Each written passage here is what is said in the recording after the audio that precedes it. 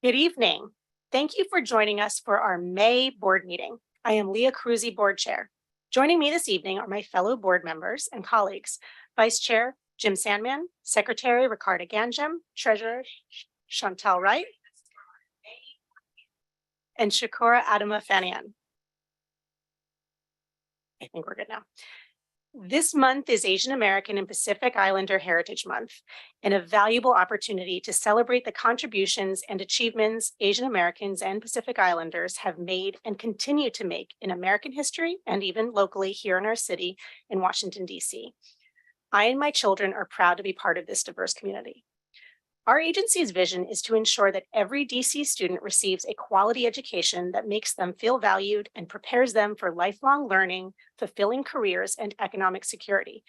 And as part of our commitment to race equity, diversity, and inclusion, we strive to increase opportunities for all individuals, including those in the diverse and growing number of AAPI individuals that enrich our school communities and are and have long been part of the fabric of this city's rich history. We see you, we hear you, and we reflect on your perspectives and experiences as we seek to fulfill our mission. May is also the month that we celebrate teachers in public charter schools. Last week, I had the opportunity to have lunch with teachers, the mayor, and other education leaders. It was such an honor to spend time hearing from educators that are making a lasting impact in DC students' lives every day to ensure they're prepared. And while all educators have huge responsibilities that can feel daunting, they have a direct hand in shaping our future advocates, doctors, scientists, service members, entrepreneurs, etc. Thank you so much for all that you do. And lastly, I'd like to acknowledge National Charter Schools Week that was held last week.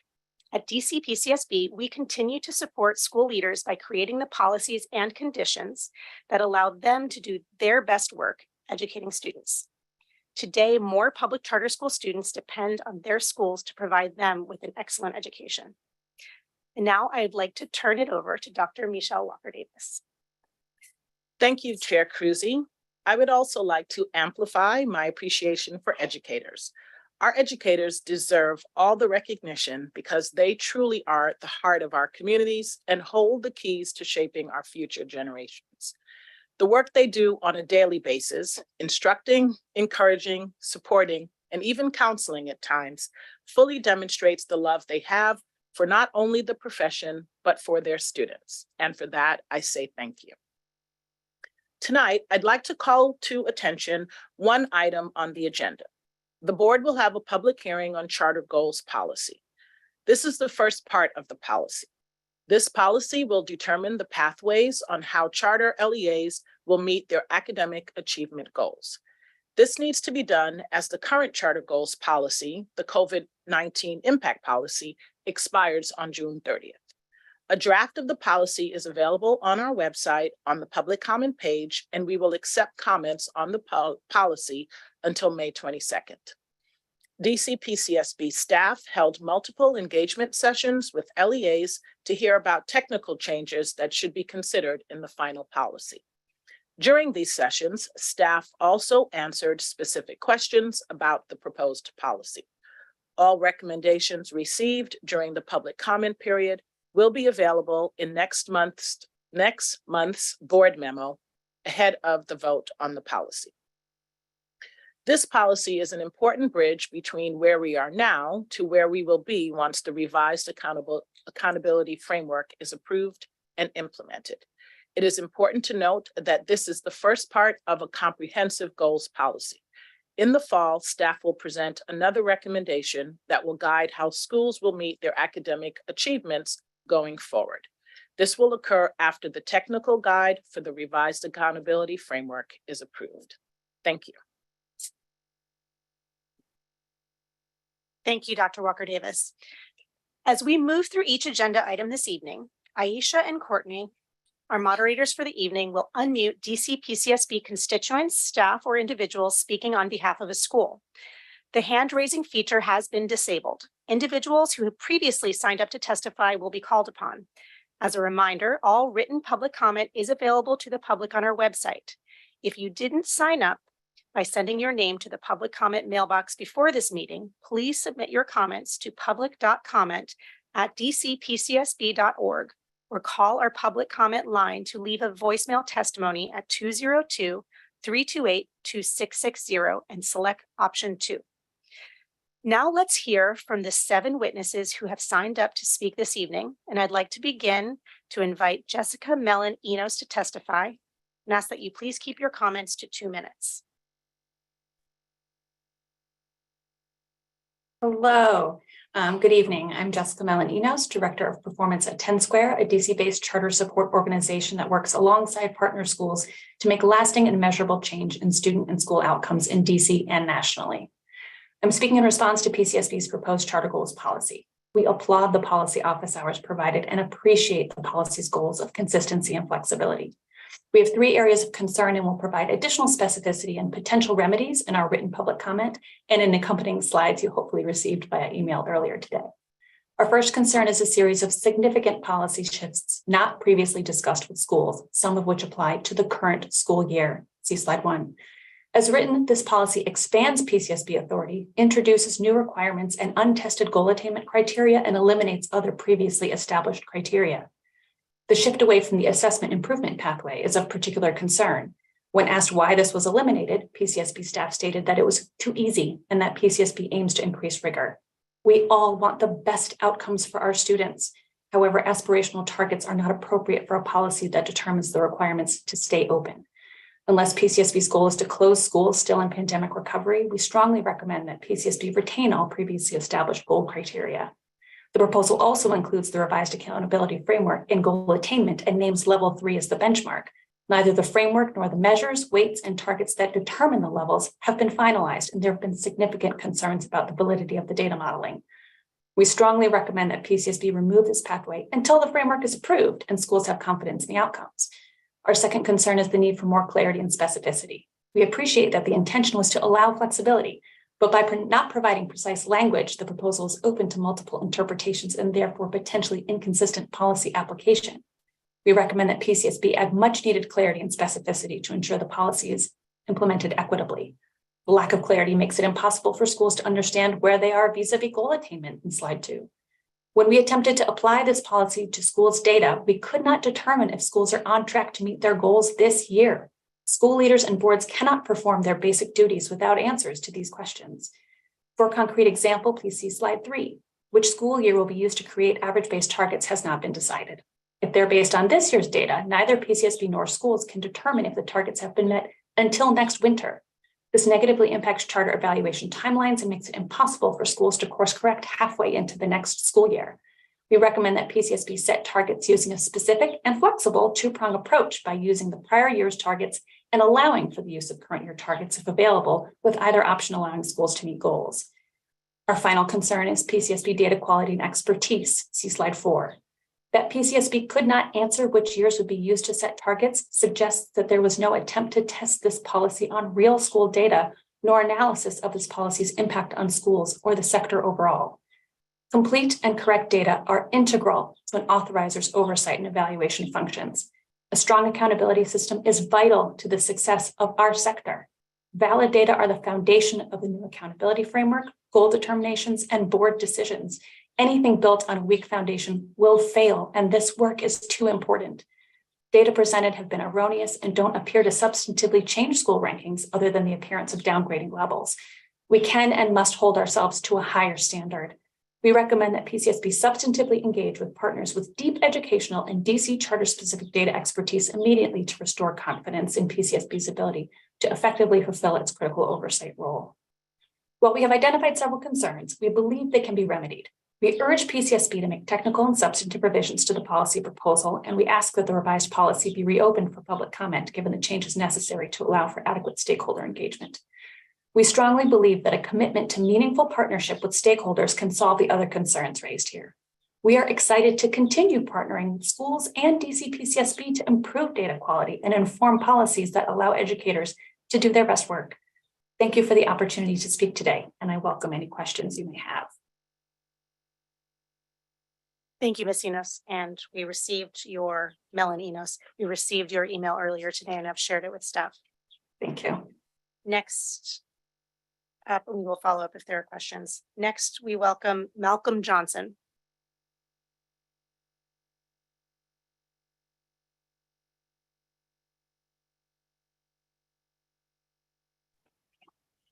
I'm sorry.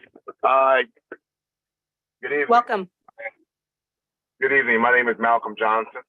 I am a proud native of Washington, D.C., born at George Washington University, resided at 14th and W Street Northwest, and now live in Ward 5 in the Brooklyn area of the district. I am a resident, parent, and active member of the Yu Ying Public Charter School community, who supports the expansion of the student body at our current campus and the construction of an additional campus at the Kirov School. When my wife and I found out that we were expecting twin boys, I did my research on quality schools in Washington, D.C. I have been out of the public school system for over 20 years, and I had no clue which school would be ideal for our children. After doing extensive research, I found Washington Yu Ying to be the perfect match. Yu Ying achieves consistently high scores on standardized testing.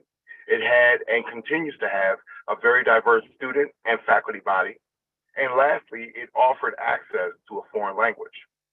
After 3 unsuccessful attempts with the school lottery, my family was lucky enough to get into Washington Yu Ying. Now, I would be honest to say that I was very nervous about my son starting Yu Ying at first grade because their classmates already had exposure to 3 years of Mandarin. The first year was an amazing experience for my boys, Nico and Noah. Yu Ying not only prides itself on offering a quality education to students, but they spend an equal amount of time fostering a positive and supporting learning environment. My sons did not know any Mandarin when they started Yu Ying, but their classmates were very supportive and helped my son with an easy transition. Now my boys are proud of their ability to speak, write, and read this fascinating language. This is their final year at Yu Ying, and as a way of giving back to the community, I volunteered to lead the parent association.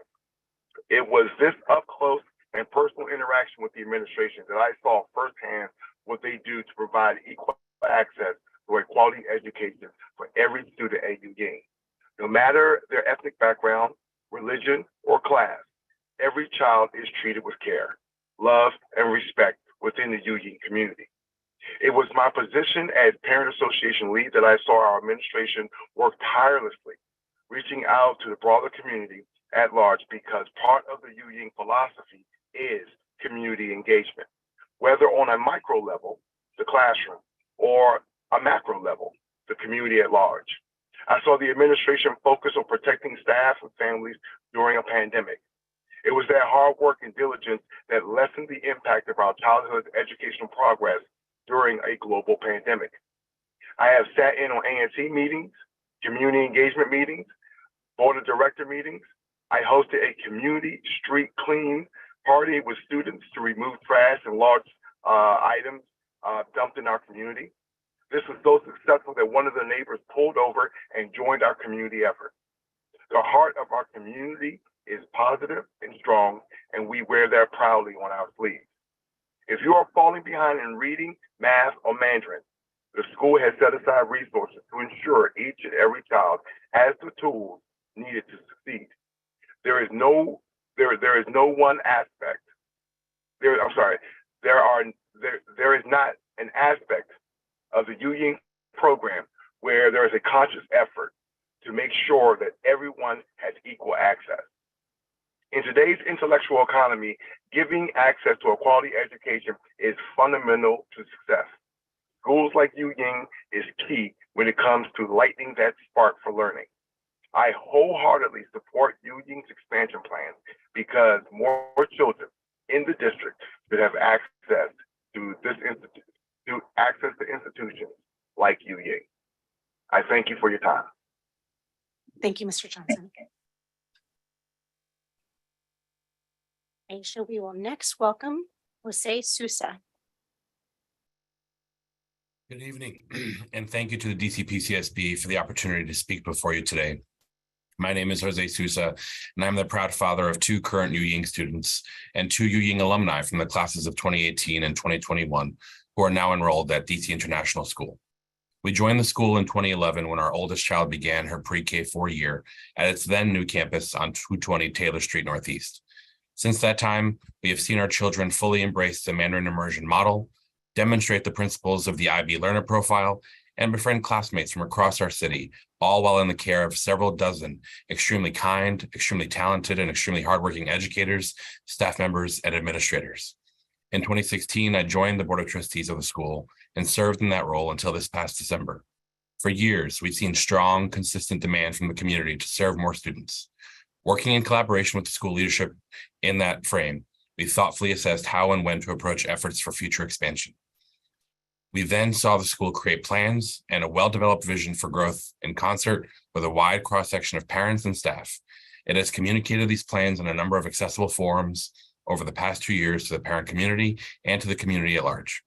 I speak in full support of UYing's request to serve 300 additional students in the coming years. And I also speak in support of its goal to grow its physical footprint to accommodate this projected enrollment increase with new construction at the former Kirov site, approximately 1 block away from the current school. The education landscape in the district will benefit immensely from your favorable vote on these 2 efforts. Thank you once again for all that you do for the sector and our great city. I'm happy to answer any questions that you may have at this time. Thank you, Mr. Sousa. We'll next welcome Kathleen McKeon.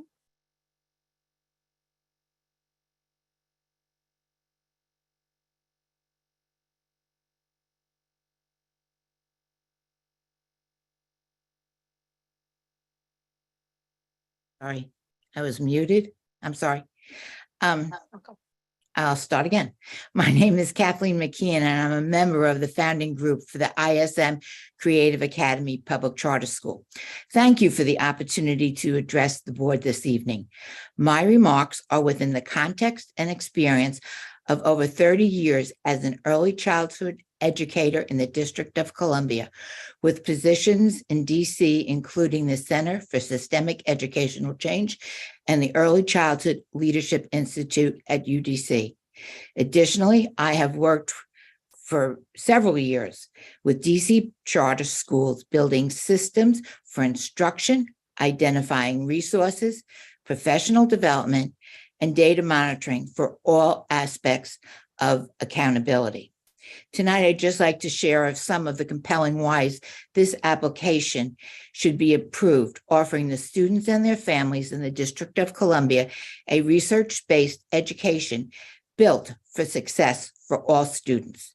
The mission addresses best practices in creating an early childhood program with an emphasis on and is supported by years of research for developing creativity and the ability to be problem solvers. Scott Mallory's vision for this academy gained my professional commitment because the young children of the District of Columbia deserve to attend a meaningful and purposeful learning environment rich with opportunity to build a strong and lasting foundation for their future.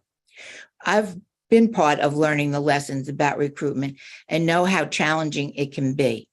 If this school is approved this evening, we will implement a comprehensive plan to recruit families and students for the 2024 year.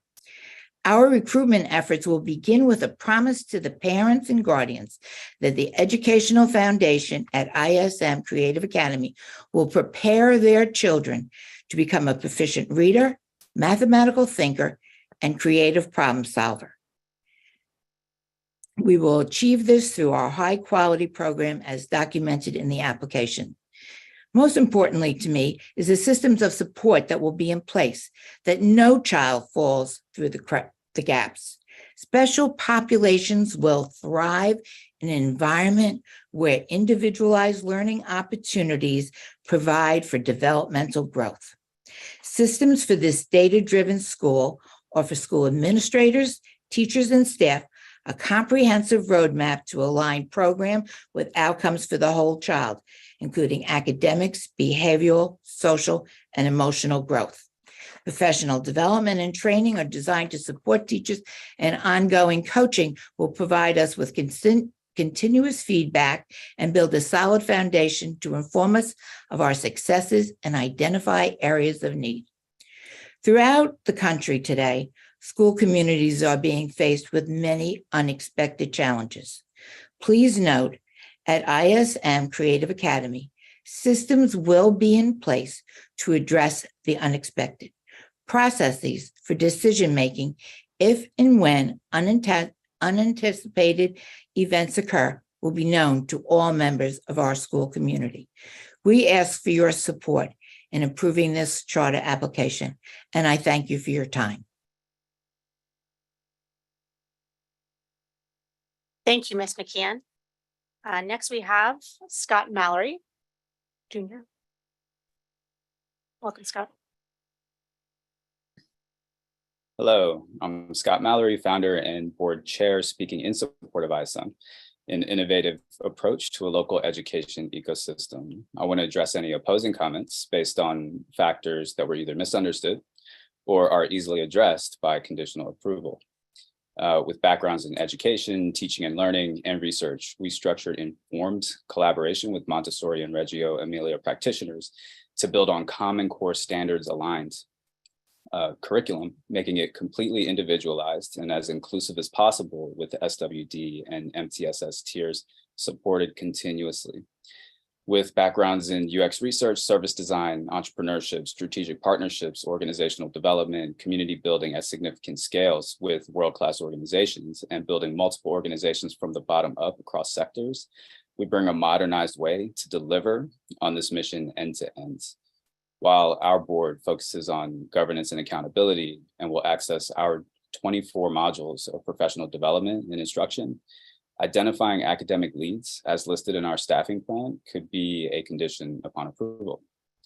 Our location fills a clear geographic and diversity gap among the other schools, the other Montessori schools. And our parent survey demonstrates demand for our model among the unmet 85%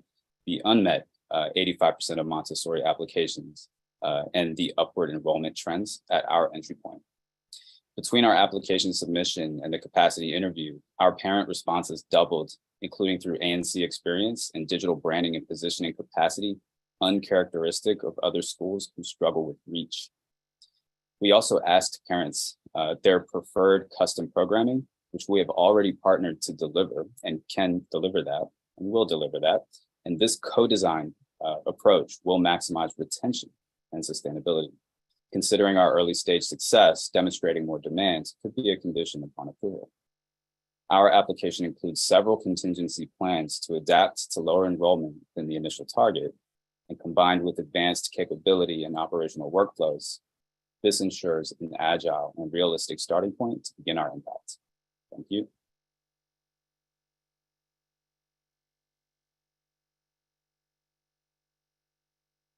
Thank you, Mr. Mallory. Next, we have Stephen Slaughter. Welcome, Mr. Slaughter.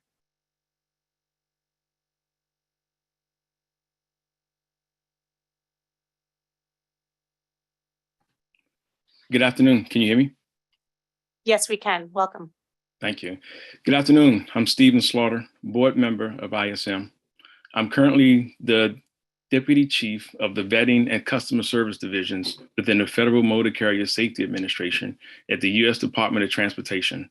I'm an Air Force veteran and a former ANC chair with 10 years of experience. I want to highlight our successful initial outreach to the ANCs and inform the community of our next steps. We are continuing to access our political ties throughout the city with whom we have ongoing relationships and dialogue with about how we can help each other and support projects we want to invest in. That includes direct contacts with council members, ANCs, neighborhood leaders, and block captains. We know when and where they meet, how they present information to their constituents, and we will get on their agendas to talk about our school with thousands of community members and constituents, including large gatherings with potential parents who will send their kids to our school. I, along with a former ANC within our board, can reach city and community leaders because we have been in those positions in the past. It's far greater than someone who didn't have the past experience and will have a different outcome from the other related schools who may not have been able to reach their enrollment targets. We will maintain continuing dialogue with the parents to ensure we are meeting the promises that we made in the beginning. We'll take their feedback and build on it and bring it back to what they expect from us and the reason they sent their child to our school. And they'll tell their friends, their families, and their communities about their positive experience with us. This will sustain our role within the city.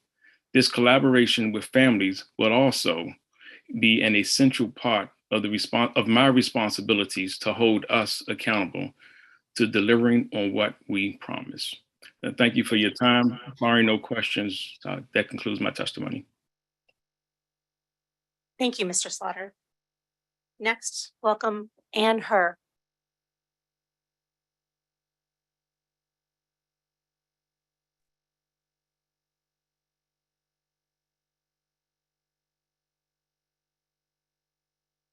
Good evening. I seem not to be able to start my camera, but I will go ahead and make my remarks.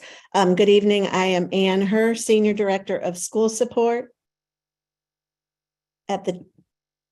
There we go. Okay. Great. I will start again. Good evening. I'm Ann Herr, Senior Director of School Support at the DC Charter School Alliance, and thank you for the opportunity to speak tonight. I'm here to comment on the charter goals policy. This is an important policy with serious consequences for schools, and we appreciate that DC PCSB is taking steps to update the COVID-19 impact policy, which is expiring. We've also appreciated the opportunity to participate in office hours about this policy and have been pleased by staff's receptiveness to the feedback provided in those sessions. We look forward to seeing a new version before this policy comes up for a vote, and we recommend that the revised version also be open for public comment. I'll be following up these comments with detailed written feedback, both to the PCSB accountability team and as public comment. But for now, I want to highlight 3 high-level points. 1, the need for clarity. This policy will determine whether schools are or are not meeting their charter goals, and it needs to prioritize technical clarity. It currently does not. There are many examples of vague language that will make it challenging to consistently determine goal attainment. It will be hard for a school to know whether it is meeting goals, and also hard to guarantee that the policy will be applied the same way to all schools. 2, policy shifts. This policy is not just an update. There are policy shifts embedded in the document, and there has not been a mechanism for stakeholder feedback on those shifts. Office hours were publicized as being for clarifying questions and were not described as stakeholder engagement sessions.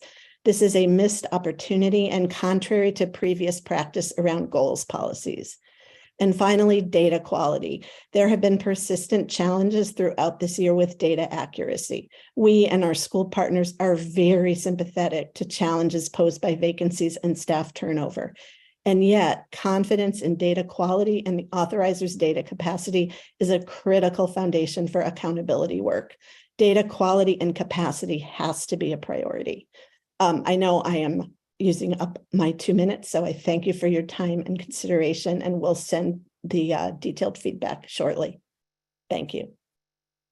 Thank you, Ms. Herr. Thank you to all of our public comment speakers this evening. Next on our agenda are a couple of charter amendment requests. The first charter amendment request is from Basis DC Public Charter School, and for that, I will yield the floor to Hannah Cousineau, Senior Manager of Sector Planning and Compliance. And I would also like to invite representatives from the school to provide remarks regarding this amendment request. Timothy Blickenstaff and Alexander Rose-Hennig. Welcome. Hi, I will wait for the representatives from Basis DC PCS to join us. And I see them being added now.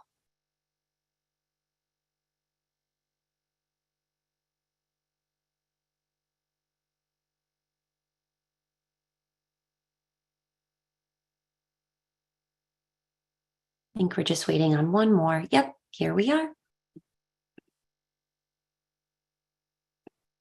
Okay. Hello, my name is Hannah Cousineau, and I am a senior manager in the school performance department. Tonight, the board will hear from Basis DC Public Charter School regarding its request to amend the graduation requirements in its charter agreement. The school proposes 2 changes. First, offer AP Pre-Calculus as an alternative to its Pre-Calculus course. And second, replace the World History and Geography 2 requirement with AP World History. If approved, These changes will impact the Basis DC Public Charter School class of 2028. Basis DC Public Charter School students graduating in 2023 through 2027 will follow the school's current graduation requirements. Representatives from the school are here to answer your questions.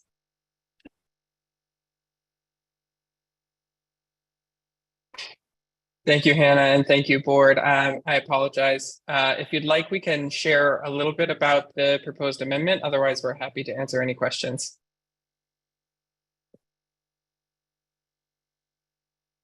Welcome. Why don't you begin by just giving us a bit more context on the where this came from, why, and we can kind of respond to that.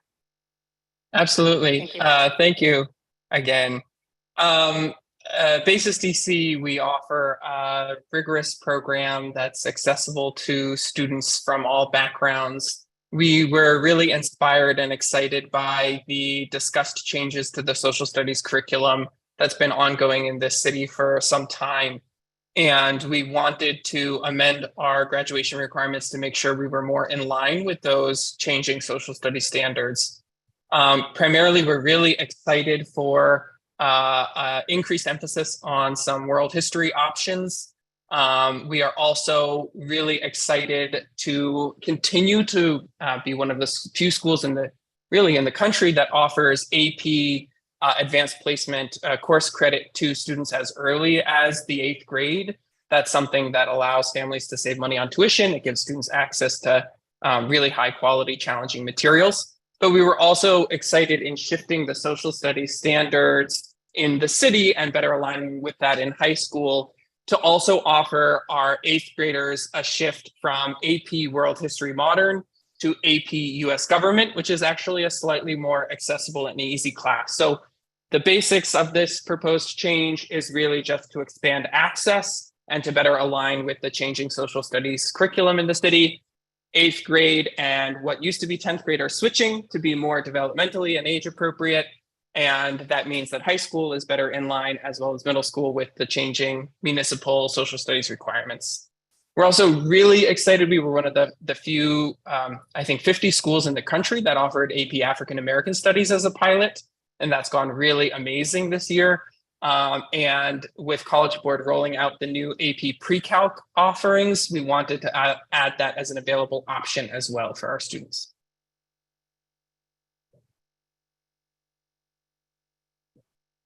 Thank you again. All right, thank you for that. I think we'll have a couple questions. I just had to write down years and graduating classes to try to get a sense of how this impacts current students. So if this is right, this impacts a graduating class of students who are currently in 7th grade, but does not impact students older than that. Does that mean that the increased pathways are not available to students older than that? So the way the amendment is written, the AP pre-calculus course is available. And Tim, please do correct me if I'm wrong. Tim is the head of our curriculum team. The AP pre-calculus course is made available to current students. It's the required change to the 8th grade AP government class. That's the only thing that impacts, that kind of forcibly impacts the current 7th grade class. That's correct there. Mm-hmm. I'll just ask a quick follow-up and others may have other questions. How does this impact students who may be transferring in?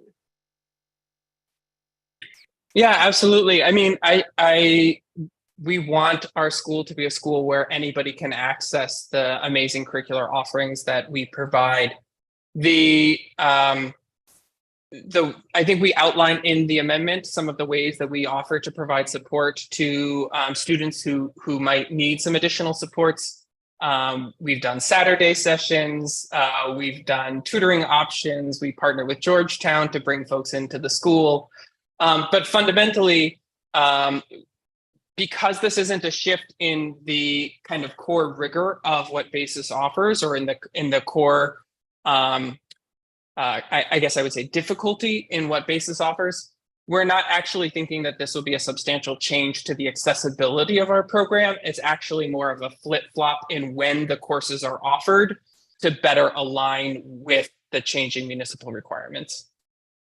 So we actually think it'll be more accessible, especially 8th grade. AP US Government is traditionally a semester-long class, and we're actually teaching it over a full content year, which will make sure that the 8th graders have a little bit more access to their, possibly very first ever AP course.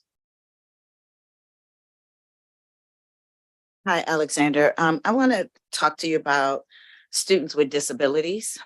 So specifically, you talk in your application that BASIS has always placed an emphasis on preparing students for their AP exams. What does that look like for students with disabilities within your school, particularly with these two new course offerings? What does that look like? That's the first question. Thank you so much. Yeah, as the board will recognize, students with disabilities is something that we've been focusing on for a long time. We've made a lot of, continue to make a lot of supports available and growth available for ensuring that we have high enrollment levels of students with disabilities and that they continue to have access to the curriculum. We're particularly proud of the fact that when you look at things like AP scores, SAT scores, PARCC scores, that our students with disabilities actually outperform the city averages by a pretty colossal margin. And that's because of the supports that we seek to provide. All of our students with disabilities have IEPs that are written and goal aligned to the core content classes that we offer at BASIS DC. All of our students with disabilities have access not only to a case manager that's working with them both in co-taught and pull-out instruction, but also additional support staff because we recognize our curriculum is oftentimes a little bit more rigorous.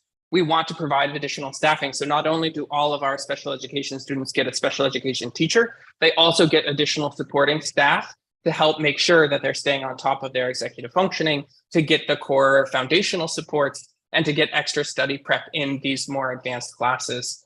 I'm really excited. Just last week, our students sat for their AP exams. And we have a few students with disabilities who finished their AP exam and came up to me after they came back to campus and said, I think this is the one. I got a 4, I got a 5 on that exam. I'm so excited. Thank you to the school psychologist for all the emotional investment that she put into me. Thank you to, the teacher for the Saturday session. So that core support is always there. Thank you. And then what effect will your proposed changes have on students that are eligible to receive an IEP certificate of completion? So my apologies. The proposed changes, I don't believe, impact our certificate of matriculation requirements in any way. So the same core number of credits is still maintained, regardless of the. Again, mostly because this is really just a switch and when the courses are offered. It doesn't particularly change the certificate of matriculation requirements. Tim, please correct me if I'm wrong on that.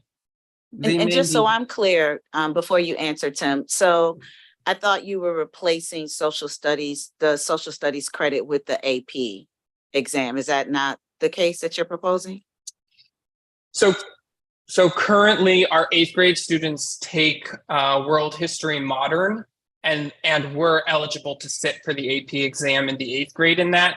We've moved World History Modern to the 10th grade to better align with the municipal standards. And now AP Gov will be the 8th grade core course.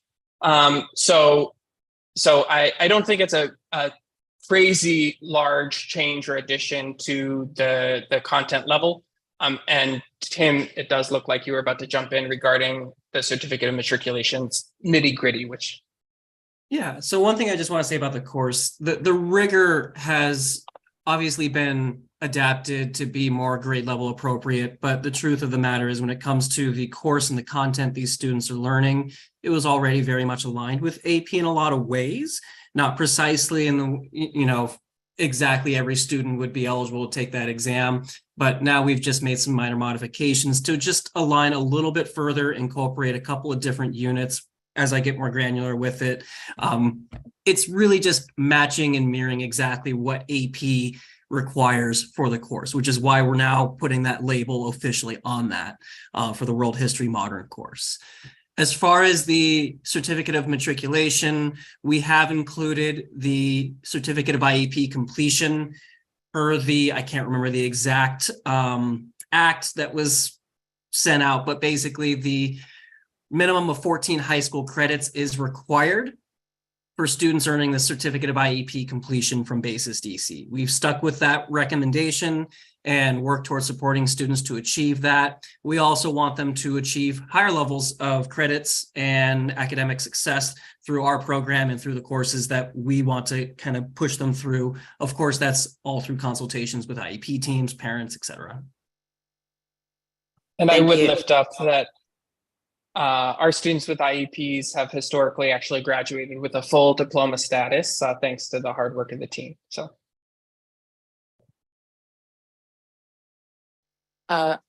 Good evening, BASIS team.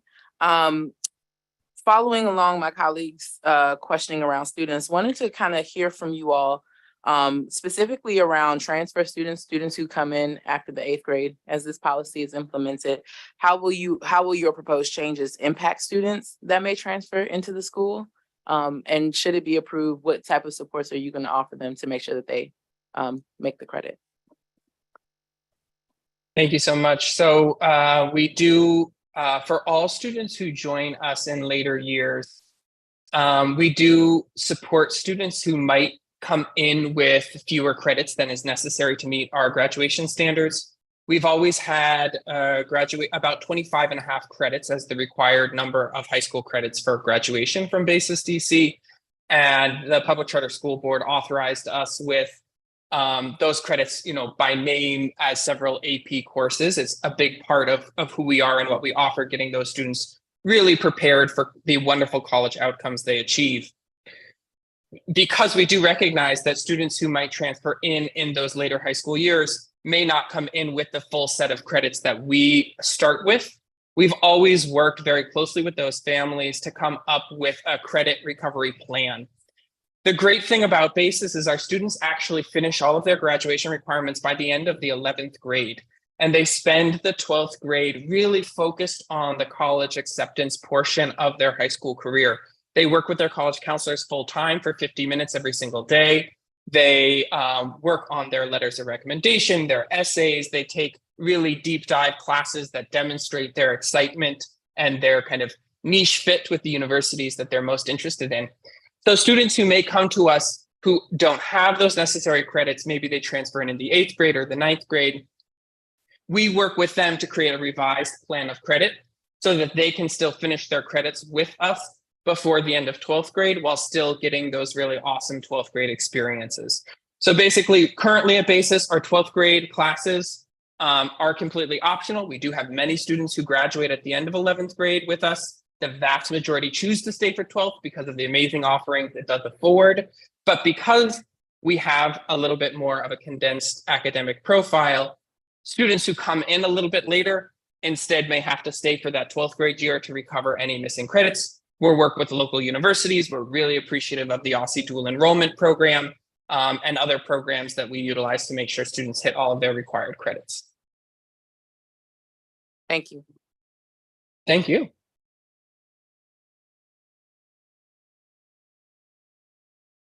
Okay. Thank you, BASIS representatives, for joining us this evening. We appreciate your service. I think we'll see you next month. Thank you for having us. Our next charter amendment request is from Washington U Ying Public Charter School. Hannah is already in place. I would like to invite representatives from the school to provide remarks regarding this amendment request. Ms. Carly Fischerow, Melissa Volp, and John Breyer, welcome.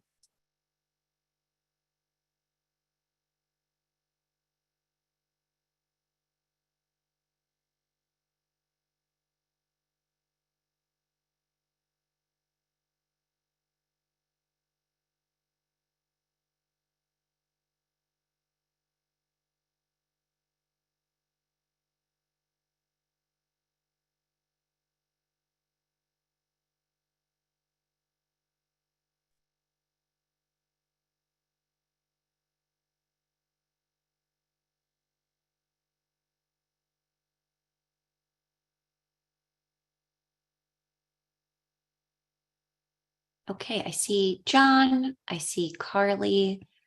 I think we're just waiting on Melissa. Oh, and there she is. Look at that.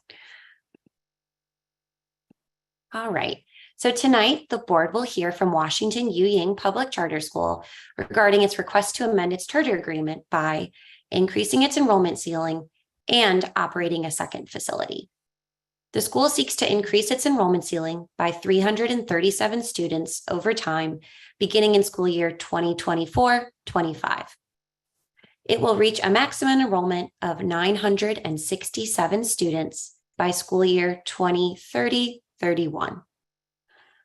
To accommodate the expansion, U Ying Public Charter School proposes operating a second facility at 4301 Harwood Road Northeast in Ward 5. Representatives from the school are here to answer your questions. Good evening, members of the board. We have a short presentation that we would like to share just to orient you to our double application, which we're really appreciative to have the opportunity to talk about tonight. So give me just 1 second.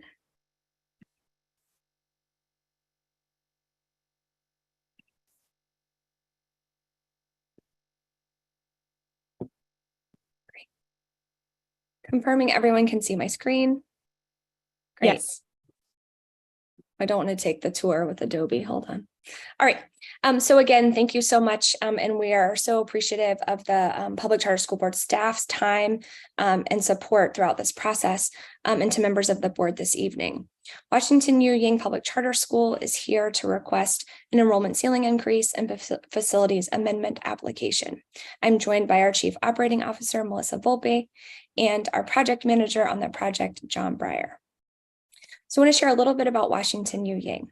So first, Washington U Ying exists to inspire and prepare young people to create a better world by challenging them to reach their full potential in a nurturing Chinese English educational environment. We're guided by the 5 values here: nurturing, collaborative, innovative, rigorous, and diverse, which have really been our North Star along with our mission since we were founded in 2008. Washington U Ying is a unique model here in Washington. We are an engaging, inquiry-driven Chinese English dual language immersion environment, and we are the only Mandarin immersion IB public charter school here in Washington, D.C. By combining IB, the primary years program, with Chinese immersion, we're really helping our students do more than learn and raising the bar and definition of rigor as we think about what it means to cultivate and raise global citizens. Our students come to us in pre-K3, most of them not speaking Mandarin at all, and leave fluent both in terms of reading, speaking, and writing in Mandarin. So why grow? Washington U Ying, as we just mentioned, is unique among DC public schools, and every year demand for our school's innovative model and nurturing school community outstrips the space available. So U Ying has been thinking about growth with great intention really since 2017-18, and that those plans were put on hold due to the pandemic and restarted last year when we committed to pilot the equitable access preference. We want to grow because we want to provide more high quality opportunities for students in DC. We want to increase the economic diversity of our student population, to expand our offering through the equitable access preference, which we're in the 2nd year of. And then, of course, develop in-house career pipelines for our strong talent base and keep our qualified teachers growing in exciting roles for them. I'll turn it now to Melissa to share a little bit more about our enrollment and demand data. Thank you, Carly, and thank you, board.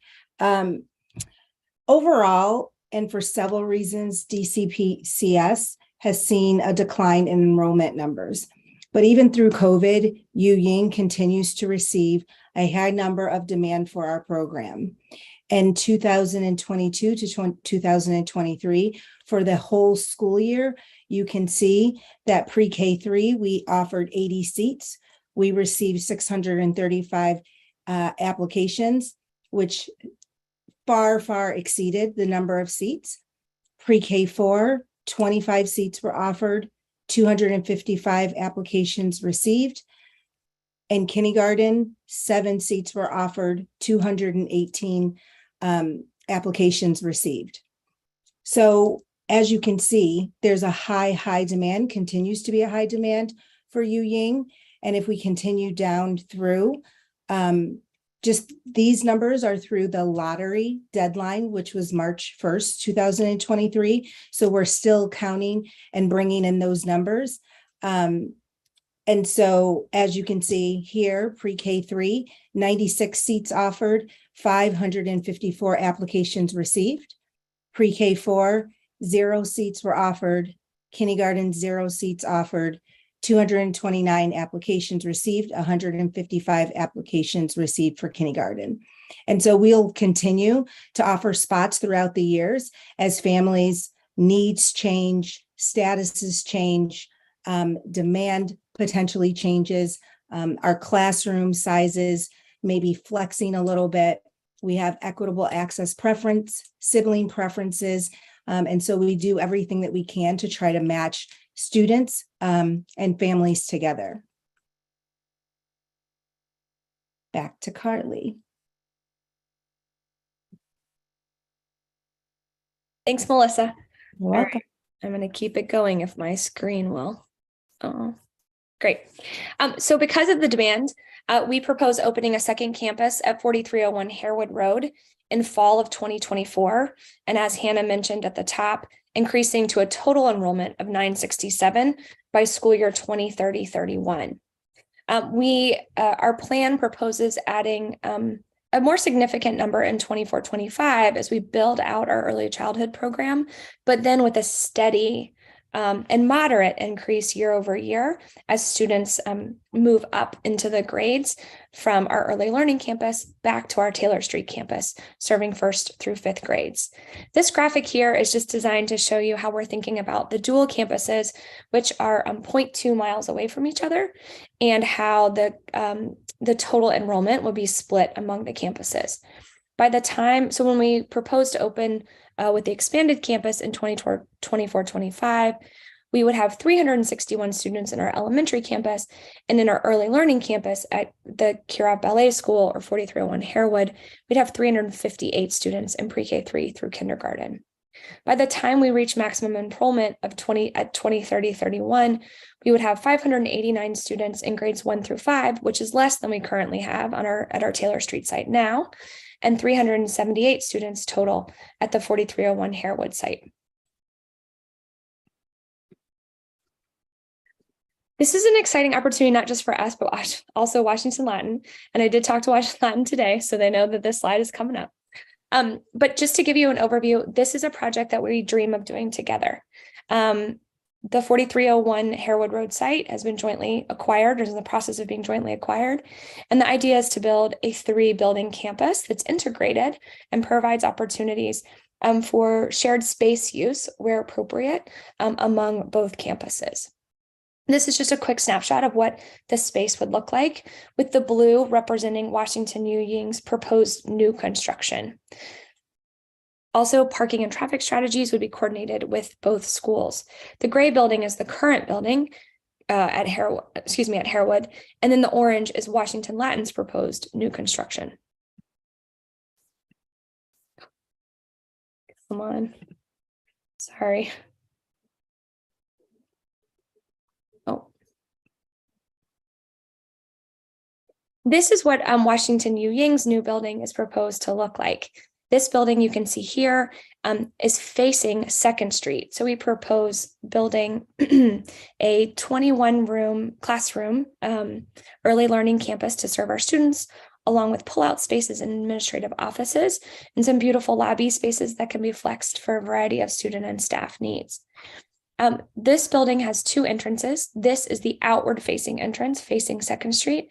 And we've been really excited to work with our partners at Page Sutherland Page, and that's our design team, and are excited, hopefully, for Gilbane to break ground later this summer.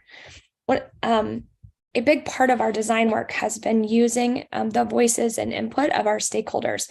So our staff have been a part of design teams, and they've really helped us make sure that we're centering the most essential needs in the design of the building, which will be efficient and on a small footprint, while also making sure that elements of Chinese culture really come through. So for example, you'll see here that this blue external stairwell is actually an origami dragon and is all part of some of the feng shui design elements that we're pulling forward. Melissa. We estimate a total project cost of $31 million to acquire, construct, and finance the new building. Some key takeaways and milestones on financing: we were able to secure a 5.9 of our own funds that are held in escrow right now for a portion of the site to be released to Latin when the subdivision is complete. We are currently conducting lender outreach to secure the strongest financing package ahead of construction in August of 2023. To the left is our funding sources. We're anticipating a senior loan at about 19 million. We have already been awarded and have an OSSI loan for 2 million. We're putting in 7 million of our own equity into the project, and we're anticipating fundraising to be 3 million. So the total of all of that is $31,076,967, but don't hold us to that exact number. So community engagement. We know that with any project like this, the most important, there are many challenges, but also lots of opportunities. And the most important way to stay ahead of the challenges and really leverage opportunities is to stay close with our community partners. So with Washington Latin, we hired a community engagement consultant to help us at the outset develop a pretty straightforward and simple plan. But community engagement that's straightforward and simple is also really time intensive because it's about connecting, right? And listening and setting up time to hear the challenges and then come back with solutions. So there's a few things that we've really grounded our plan in. One, we have dedicated materials and dedicated collateral for this project alone, so it doesn't get lost amidst the other operating things that take the attention of schools. So we have a dedicated website, for example, dedicated email and inbox. We also have proactive communication. We canvas, we have newsletters, we flyer, we have monthly town halls that we host for our neighbors. We've been hosting them since February, and they're the third Wednesdays of the month. And then we also have been really intentional about having conversations with our neighbors and with our local leaders, really before the project was even really greenlit.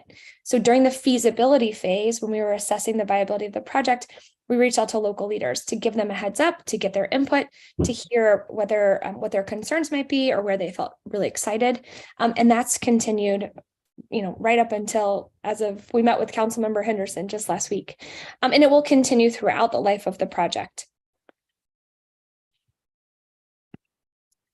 And so with that, we welcome your questions and look forward to sharing more.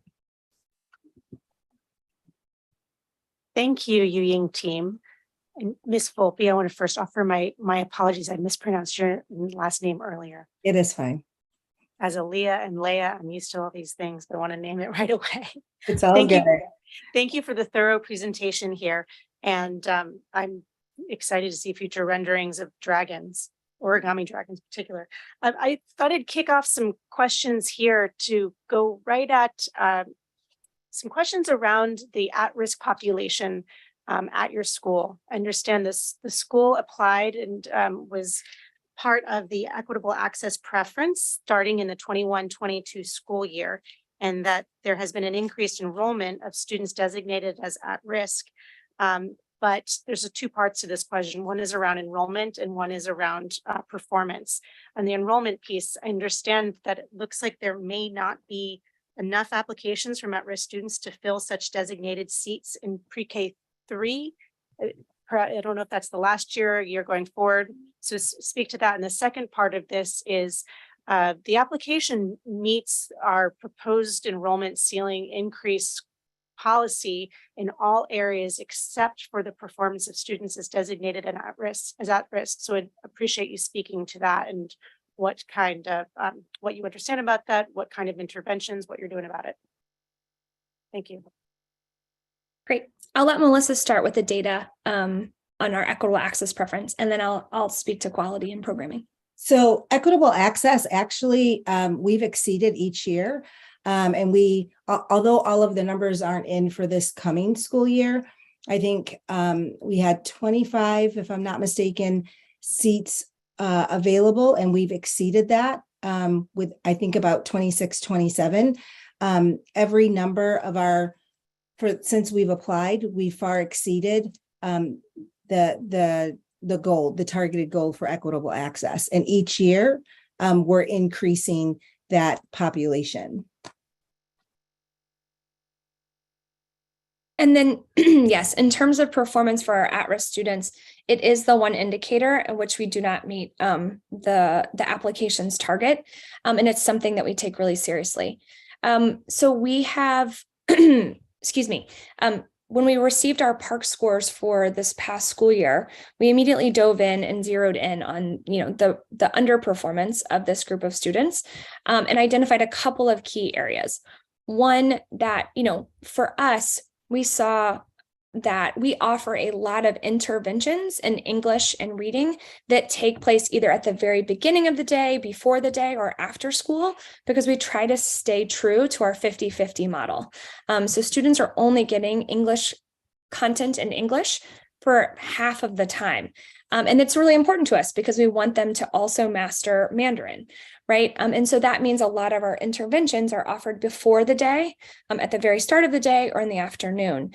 And so many of our at-risk students who are part of a cohort we call Dragon Squad, it's not exclusive to them, but it is an important cohort for students who may need more support. We're missing those interventions during the COVID year, which were taking place before or after school. And so we've really been using attendance as a benchmark to make sure that all of the interventions that were offered, students are getting them. And as evidenced by our application and the great things we're seeing with attendance, we're seeing really much stronger performance in terms of attendance with our students, with our at-risk student population in both pre-K, where, as Melissa just shared, we have a much higher concentration of at-risk students because of the equitable access preference, and then also in our upper grades.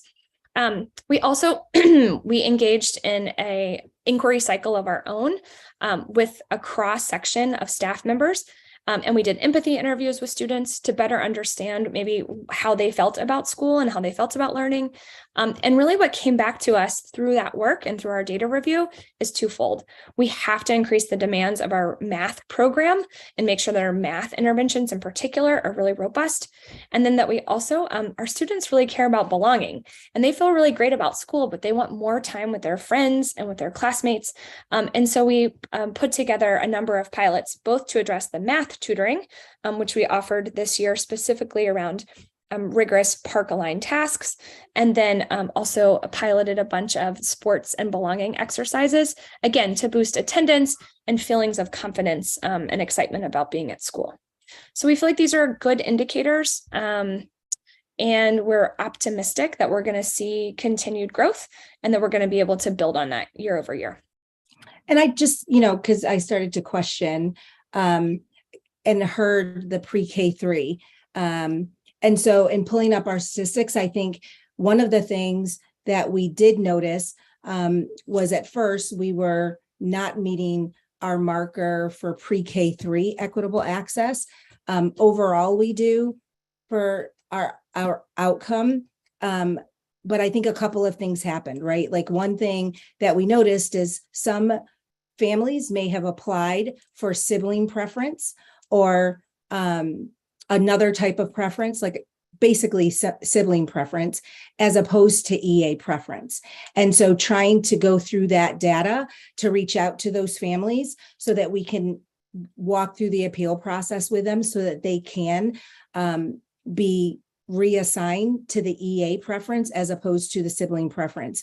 I don't think that, nationwide, but I'll speak to us specifically. There's a lot of work that we need to do, right? And advertising and making sure the word gets out there and working with families in our wards and other wards so that they understand the equitable access preference and how that can far exceed the other preferences that Yu Ying has available to them. Hi, Yu Ying team. Adding 337 students over time represents a significant expansion of your program. Can you talk to us about how you determine this proposed enrollment ceiling? Why that number?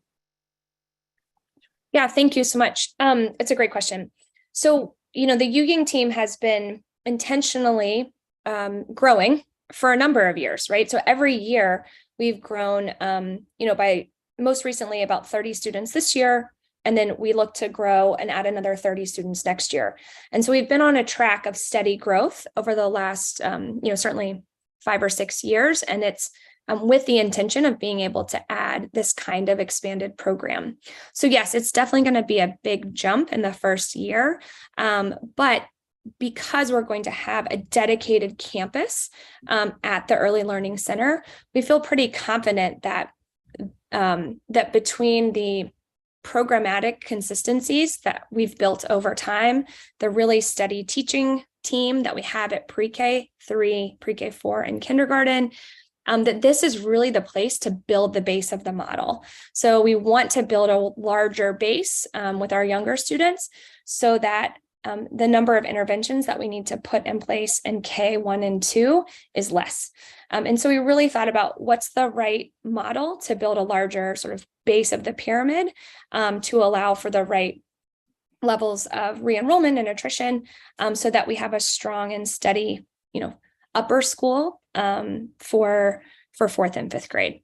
And we felt like that we were ready to take on a large influx in 24-25 in the early childhood program, again, because that program has got a really strong teaching team. It's super well established. And then it allows us to build the fluency of our children in the younger years so that they matriculate with greater ease into the upper elementary.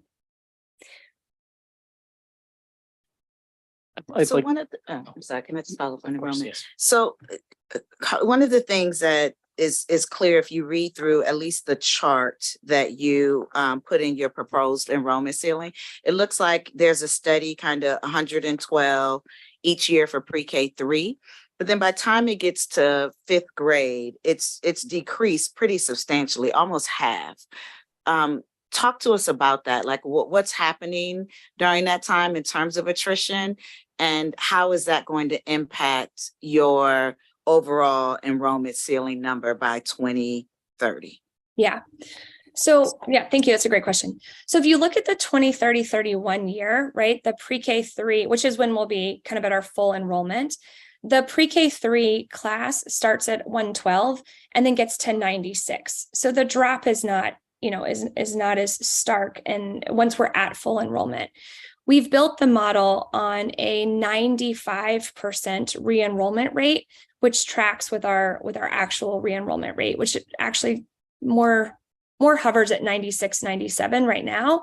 But we know that as a program gets bigger, the percentage of students who, may choose that this model's not for them may increase slightly.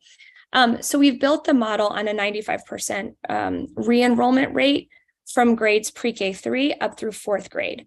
We do see a lower re-enrollment rate from 4th to 5th grade because many of our students choose to apply to one of our charter middle schools that starts in 5th grade. So we do see that is a big draw. Like our good friends, Alex at Basis, or our friends at Washington Latin, right? Those programs start in 5th grade, and for many families, they make that choice to get their child into the middle school, high school combo of their preference in 5th grade. So we do see a bigger drop there from 4th to 5th, and our model accounts for that. But in the other years, as we're building from 24-25 up to 2030-31, it's really because the class before is, we're building again from the base up. Explain that last part. You said because you're building from what do you mean by that? Yeah. So for example, like so we'll have 112 students in pre-K 3 and 25-26, but only 63 in 5th grade. But that's because the previous year's 4th grade class was 74. So with an 85% attrition of the previous 4th grade's class, it's 63. So again, it's a very big difference between our pre-K 3, foundation, But in terms of the change from the fourth grade class to the fifth grade class, it reflects an 85% re-enrollment expectation. And that continues, each year until we get to 2030, 31. Okay, thank you. Yeah. I'd like to follow up on Chantel's question and ask a related question. I'll ask them both at the same time so you can have the second in mind as you answer the first. Chantel asked about the magnitude of the increase that you're requesting. It's an increase of 53% in your enrollment ceiling. You're requesting 337 additional seats. Why 337? That's an odd number. Literally, it's an odd number. How did you come up with 337? Related to that, I see a risk here to you in trying to increase your enrollment by that magnitude. And it is the lack of capacity in the current DC school system, whether in traditional public schools or in charter schools, to continue Mandarin English immersion education after the fifth grade.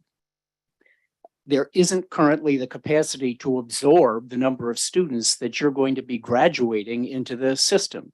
And when parents learn that for a number of them, fifth grade is the end of the road for that form of education, I think that might discourage interest on the part of some number of them. Have you considered that? And if so, how? If not, why not? Yeah, so I'll start backwards, and then Melissa, please chime in with anything that I've missed. So starting backwards with the last question about demand for the program on the middle school to high school level. So first, I just want to share that at this stage, right, we have not ever had all of our available fifth grade seats taken at DCI. So we've been able to offer every Mandarin seat to any child and family who wants it at DCI without students having to lottery against themselves. And so that picture won't really change. We don't think the impact of that will change until we get into the out years of like 29, 30, when the numbers jump from like the 57, 60 range into the 80s and 90s. And that is a concern, right? And it's something our families have brought up. We also have been in conversations with Mike Roscom at DCI. He was one of the very first calls I made when we were exploring this possibility to better understand what are DCI's plans, and do they think that they may be at a place where they could be considering additional seats as well, and how do we get out in front of this together if we've got 6 or 7 years? And while there's certainly been no commitment from Mike, and I'm not speaking for any growth plans on the record for him for sure, it's important to us that we keep those lines of dialogue open. But we do have, between 50 and 60 seats at DCI available to our students. And we feel like that amount of seats is going to be supportive of our programmatic growth plans until 29-30, at which time there may be more competition for the seats in fifth grade. However, Washington Latin also offers Mandarin. It does not offer a Mandarin immersion program, but Washington Latin offers a Mandarin course. And many of our students, as I mentioned, are making some other choices as well. And while we're big fans of DCI and are certainly supportive of that pathway, we feel like it will not be the same strain as some of the other immersion growth patterns because we don't have as many competitors in the Mandarin space. But it also means we have to be intentional and continue to work with school leaders like Peter Anderson and like Mike Roscom to make sure that we are planning for our kids. And all I can say is that we are doing that, and we're being considerate of that now. So I think that's, the best answer that we have at the moment. And again, we've been forthright with our families that this could be a challenge in the later years as our available number of seats at DCI is less than our number of fifth graders who expect to stay with us. In terms of the first question on 337, it is a weird number. And Melissa, please chime in. I'm sorry. It's a weird number, but the way we got to it, again, is thinking about really very even and consistent class sizes in our lower grades. So pre-K3, pre-K4, and kindergarten, where we wanted to build truly like a foundational base of students who then matriculate year over year. And we thought about the realistic retention and attrition rates that we have. And so the number 337 is a reflection of the real data that we've been living out and what we feel like helps us build that strong base in pre-K 3, pre-K 4, and kindergarten, which sets our students up for much more success in grades 1st through 5th. So for example, in pre-K 3, pre-K 4, and kindergarten, in 24-25, we plan to have 7, 7, and 6 sections of students with low class ratios, so 16, 18, and 20. And then by the time the early learning campus is at capacity, which is just the next year, we would have 7, 7, and 7 sections of each grade, again, with low class ratios of 16, 18, and 20. So we got to this number by maintaining the numbers that really matter to us, small class ratios, and then using the actual data that we have that supports a realistic path to growth and the re-enrollment that we've been seeing. And yes, it's a big jump. Melissa, anything to add? I'm sorry. No, that's fine. Thank you for a very thoughtful response to my questions. I'm very impressed with what you do. Thank you. Good evening, Yu Ying team. So wanted to pick up on sort of preparing your school community for this potential growth, and actually wanted to kind of talk to you a little bit about feedback that you've heard from internal and external stakeholders about the expansion and the new facility. How have you incorporated their feedback into your plans? So that's one part. And then part A is specifically in your application, you wrote about the race and equity work you have commenced in response to concerns raised by families and staff. Can you also please update us on this ongoing work and how it addresses concerns raised in your community? There is a part B, but I'm gonna slow down. Let me just give you those two parts. I was about to say, I think that was the part B. Oh, no, I think there's a part C.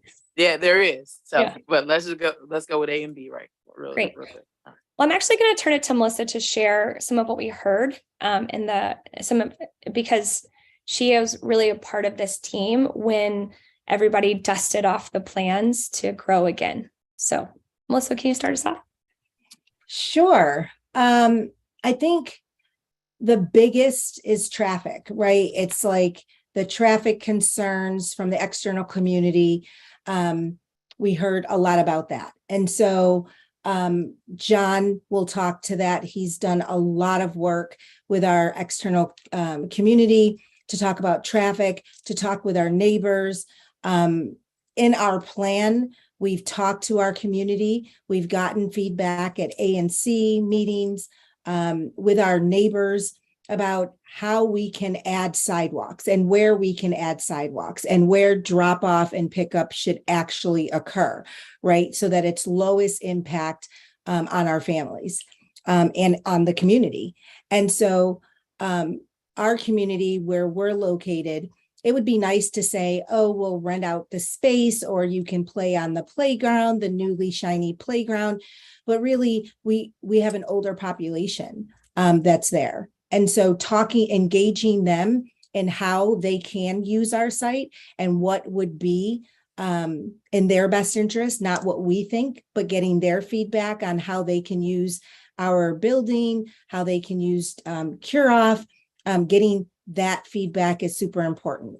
I will say that we've been in a lot of conversation with DDOT because we already have traffic concerns on Taylor right now. And so that has now turned into adding another crossing guard. They're doing some site work. I think a temporary camera to track traffic to add another light.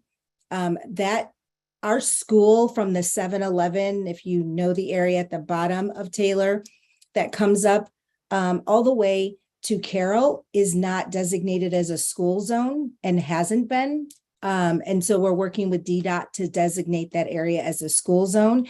And that's part of the concern with the families that live, our neighbors that live in the area where families or people are traveling fast or having some kind of deterrent. So that's one of the the biggest concerns, I think, from our families, we're hearing that the biggest green light was making sure that we found a space that was close to the current site. Because we all know DC traffic at any point in time, but especially in the morning, families trying to drop off their kids. And if they have to drop off an older kid and a younger kid, not having to travel very, very far. So when we walked into this, it was a great opportunity because it's 0.2 miles. And there are a couple of streets that run parallel and that intersect from Taylor, where we're trying to work on how that best fits our families without impacting the community, the neighbors where they live. And so we're working with, I think it's Grove Slave. Did I say that right, John? On sidewalks and permit parking for our community, for our neighbors, so that our families aren't impeding on their parking spots, right? Like that's a real concern, to make sure that they can get to and from, and that we don't just take what's condensed now and condense it even more down the line. And so those are, I think, the biggest highlights for me that I hear for feedback. But John, you can jump right in because you're doing a lot of boots on the ground. No, I think that was a good summary about traffic and concerns, but I'm happy to answer any direct questions. So I also want to just remind you all that part A of that question, it was also speaking to the race and equity work that you all have done and sort of what have the outcomes been. Yeah.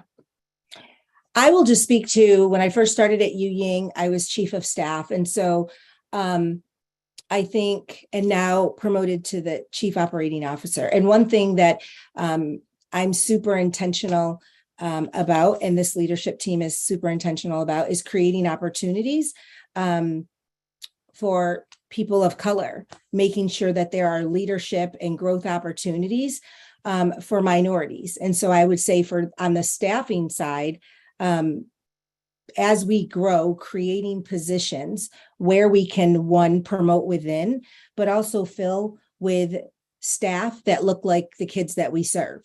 And that's very, very important to this leadership team. And so I will talk about the staffing side. Carly, you can talk about the others. Yeah.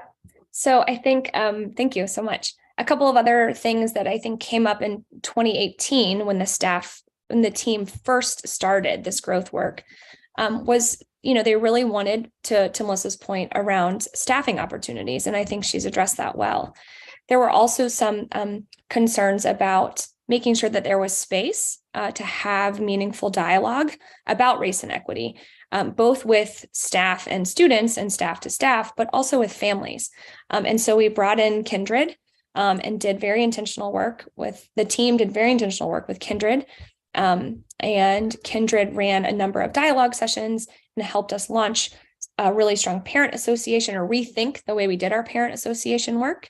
And we graduated from Kindred.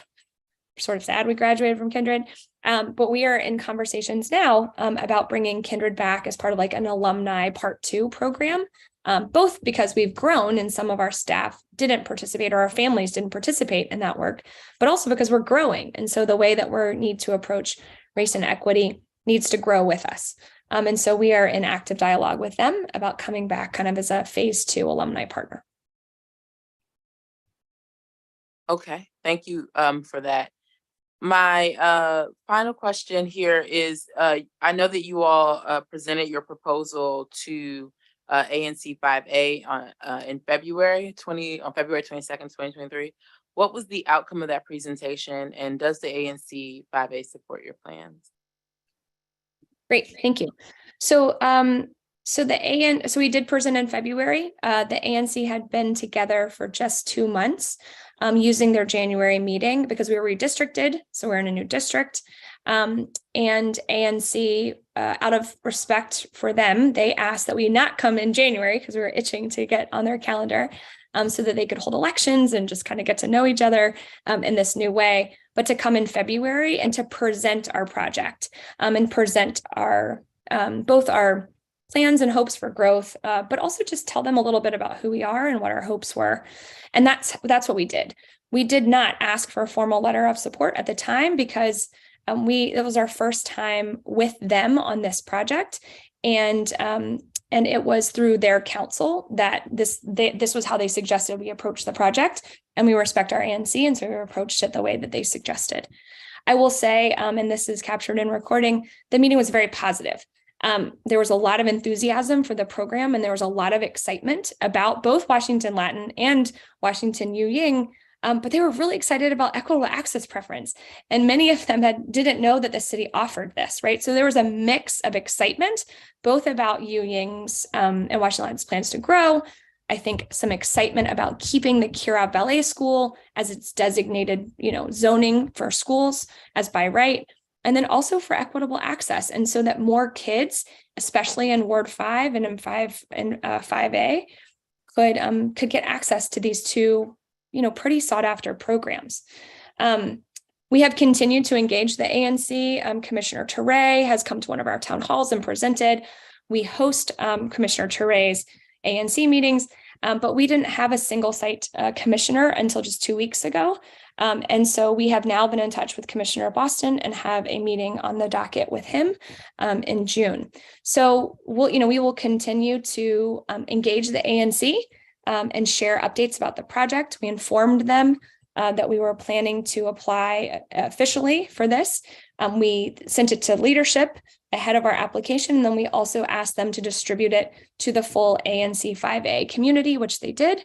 And we also presented at 5B, 5B05 just last week, and they were also very positive. So we're continuing to make the circuit, but again, recognizing kind of the newness of our ANC formation and the fact that we didn't have a single site district member.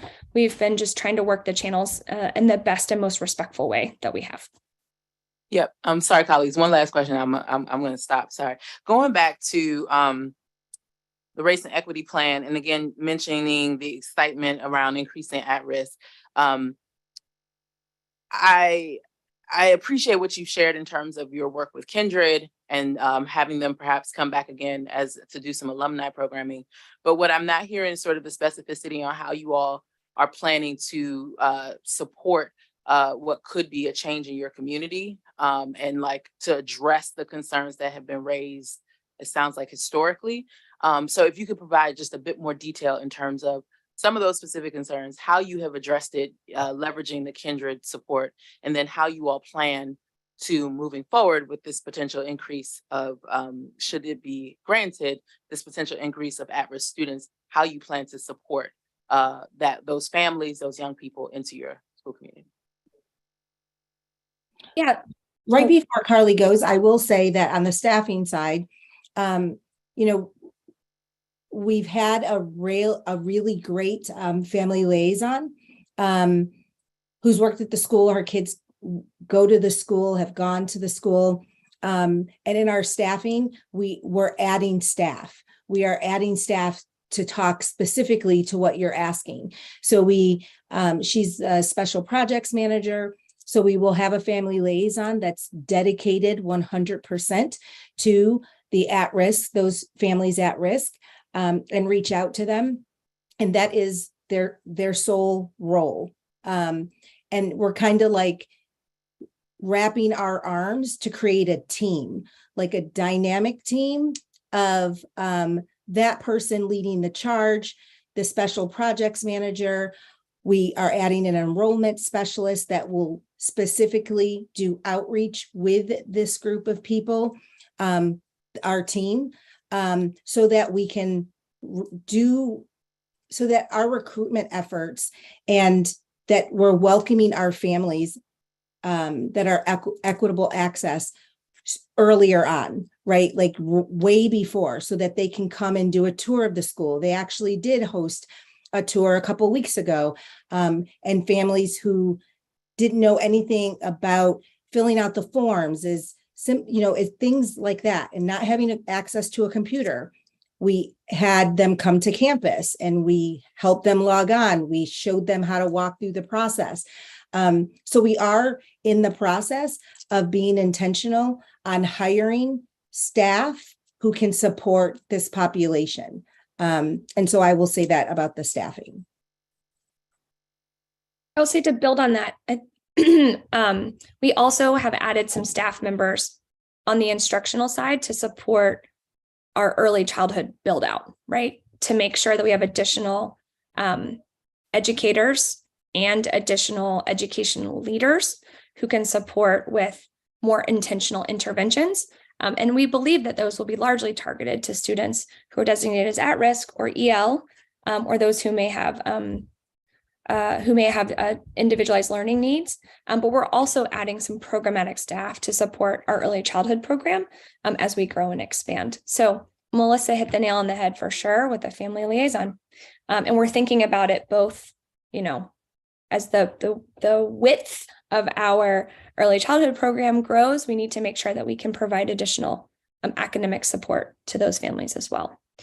And I will say that I deeply love Yu Ying. My own kids go to Yu Ying, but my background is not in working in an immersion program or in Ward 5. My background is in working in schools with a high concentration of at-risk students. And so I believe that the work that we're doing with Kindred, many of the steps that we're taking, as Melissa described, with staffing, and a lot of the intentional work that we're thinking about doing as we build out the role of the family liaison are all the kinds of activities that Yu Ying already does well, but just needs to be broadened to serve more kids as we grow. And I'm excited to bring my own background in terms of working with a more socioeconomically diverse community to Yu Ying.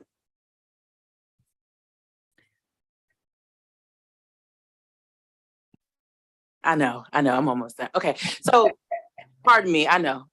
All right, so thank you. You all have explained staffing and sort of your supports there. You've explained programmatically. I think just to dial in just a little bit more, how are you planning to integrate these families and create a welcoming environment for these families? I understand having the staffing for the family liaison, but what does that look like? What does that look like with regard to your PTA? What does that look like with regard to other places where family voice is encouraged, necessary? How will they be incorporated in that? And what sort of things have you all been thinking about or plan to do in support?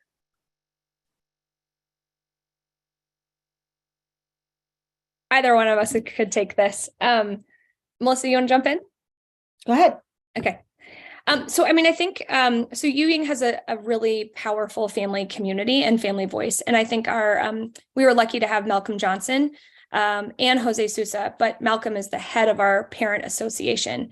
And so, that parent association really does encourage a wide range of family participation in many different avenues of our school and make sure that diverse parent voices are represented in decisions. And so in addition to the family liaison, our two parent association chairs also liaise with families, both through our listserv, through one-on-one conversations, through play dates that we have that are inclusive for all families, and really make sure that families feel like they have multiple trusted family partners to go to. We have a variety of other structures that help families feel included, which, as Melissa described, really start from the time that they enroll. So we think about the orientation sessions that we offered. We offered them in Amharic and Spanish this year. And we also made sure that, as Melissa just described, that we had this sort of open house support to assist with enrollment. We're thinking about how do we refine our new family orientation for the beginning of the year. How do we make sure that our family events prior to school really have that all of our at-risk families are included and participate, and that we continue to build that out as we get bigger. So I think those are some of the ways that we're doing that. And again, our parent association has a lot of straight access to us to make sure that our families' voices are heard, but we also offer a lot of other opportunities. We have monthly admin coffees that are open to our full community. We also have parent association meetings in the evenings. And then we have a wide range of ways that families can get involved and lead activities for the school. So I think those are some of the ways that we're doing this. And we're really leaning on our parents to tell us what's needed as we build it out.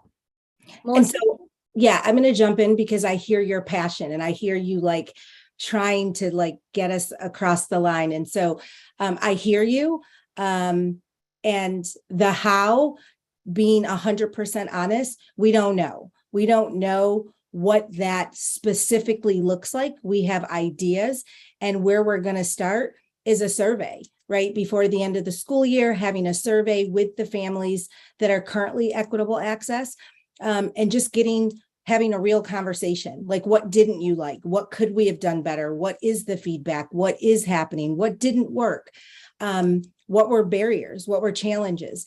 And having them a part of that discussion and corrective action plan. I think that's where we start, because when you're if you're being intentional to reach a population, we can all have passion about it, but we can't speak for them. They have to speak for themselves. Our job is to create a space and environment for them to do so. So I think starting with a survey first, and if we have to go pick them up and have them come on campus and sit with our PA before school's out, doing that. We're really willing and open to doing whatever it is that we can to reach those families, so that it's not a reaction after the fact, so that it's really proactive and we get out ahead of it, and we're having those much needed, honest, transparent conversations so that we're not tripping over ourselves.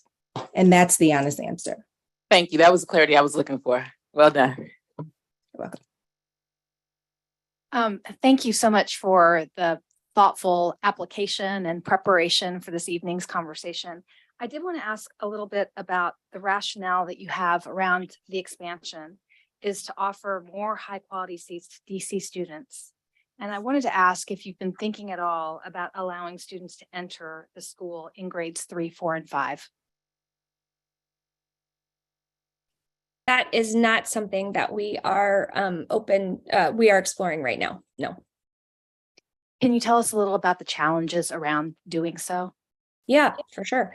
So there are many challenges, but learning a tonal language, an East Asian tonal language, 5 years behind your peers would just be quite difficult. I'm not going to say it's impossible. Nothing is impossible, but it'd be a really difficult experience for a child who's 8 or 9 to be engaged in an immersive environment where they have very, very little familiarity with any of the language being spoken for half of their educational experience.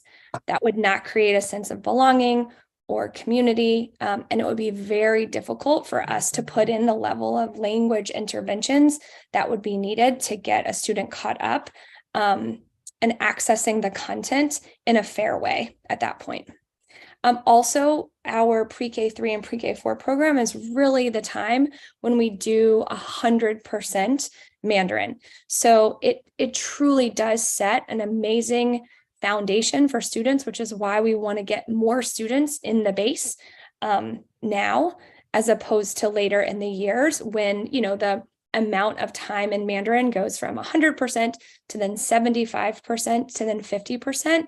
It gets even harder to build that sort of language competence in a language that's quite difficult to learn if you're not fully immersed in it. So for us, it's not a fair, we don't feel like it's a fair ask for children at 8, 9, or 10, given the amount of interventions that would be needed, and then the impact on the other content that would take them from.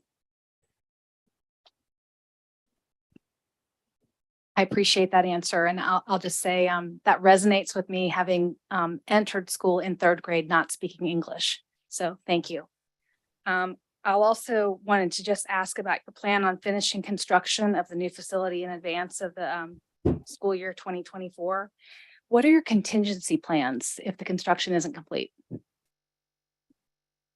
So I'm going to turn this to John in just a minute, but we talk about contingency planning a lot. And I think, we have a couple of plans right now. Some of those plans, if we are unable to open our doors, I mean, it's kind of going to depend on how delayed we are. If we're a month delayed or 2 months delayed, our contingency plans are likely to be able to use the existing Kirov building that we share the site with and modify it in obvious but not dramatic ways, so that we could put students there for a couple of months. Like, we could retrofit or make that work for a few months if we were delayed by into October.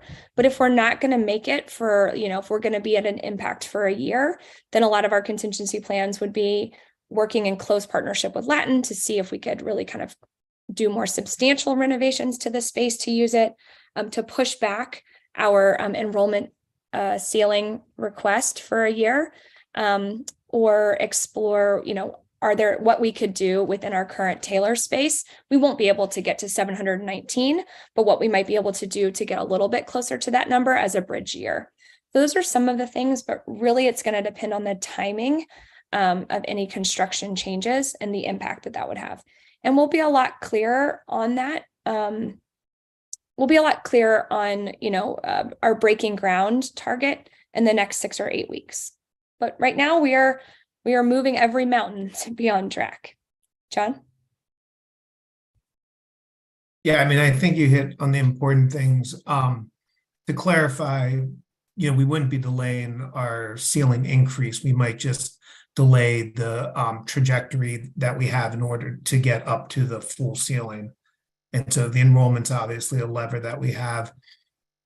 We are in a really unique situation where the place we want to go, there's already an existing building there, and we have a very friendly and helpful partner who understands the timeline that we're under to get our construction done. And so we've already had conversations about what would that short term, till October, November look like, or what would it look like if we needed to take 4 classroom type spaces for a full year. And so, so that, staying local would obviously be plan A. The other plan B, or I guess plan C, if we didn't adjust enrollment and we couldn't operate from Kirov for whatever reason, we'd be pursuing a third option of temporary facilities in a rental location like a church or somewhere else nearby that we could find and secure. Great. Thank you. And hopefully monitoring it along the way, you can manage through that. So thanks. All right. Thank you, Ying representatives, for joining us this evening and for your thorough presentation. These are important questions to get through. So we appreciate your service, and we will visit with you next month. Thank you. The next item on tonight's agenda will be presented by Holly Torsich, Senior Policy Specialist, Data and Accountability Team. Holly, welcome, and you have the floor. Good evening.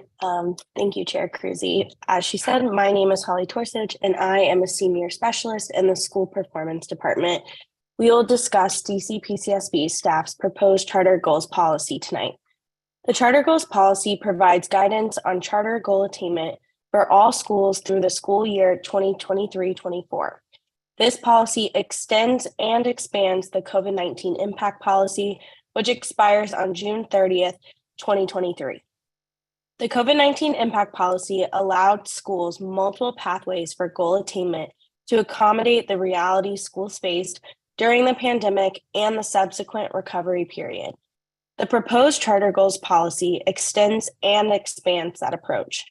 From an extension standpoint, staff proposes using transitional goals through school year 2023-24 instead of ending the use of transitional goals in school year 2022-23. Doing so enables DC PCSB to continue the vital work of revising the accountability framework while still having meaningful performance indicators in the interim. From an expansion standpoint, staff proposes an additional goal attainment opportunity for schools with individually negotiated goals. Specifically, staff proposes allowing those schools to demonstrate improvement on their charter goals. Currently, schools with individually negotiated goals are only permitted to demonstrate goal attainment by improving their transitional goals performance. Further, we propose that this shift apply to school years 2022-23 and 2023-24. Tonight, we are discussing the first part of this policy. The public comment period ends on May 22nd. Since the policy has been open for public comment, staff has held 4 office hours to answer questions about the proposed policy. We will consider all public comment DCPCSB receives before the board vote on June 26th. I'm happy to answer any questions from the board.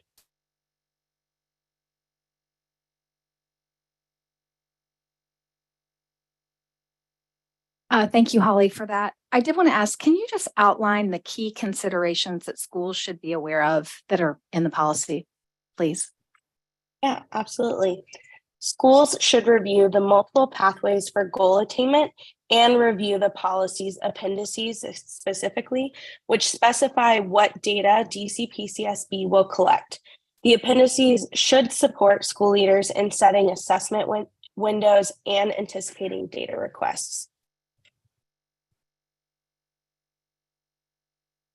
So Holly, we received public comment and heard this evening, as well as have talked about in terms of the need for clarity, hearing that schools are saying that they need, even if it's technical clarity, that the vague language we're using is making it hard for schools to know how they will be judged, and concerns about equal applicability, right, of the rules. How are we addressing this, and what are we doing to make sure that schools have heard that they're being heard, and that we are getting as clear as we need to regarding that concern? Then I'm going to come back to you.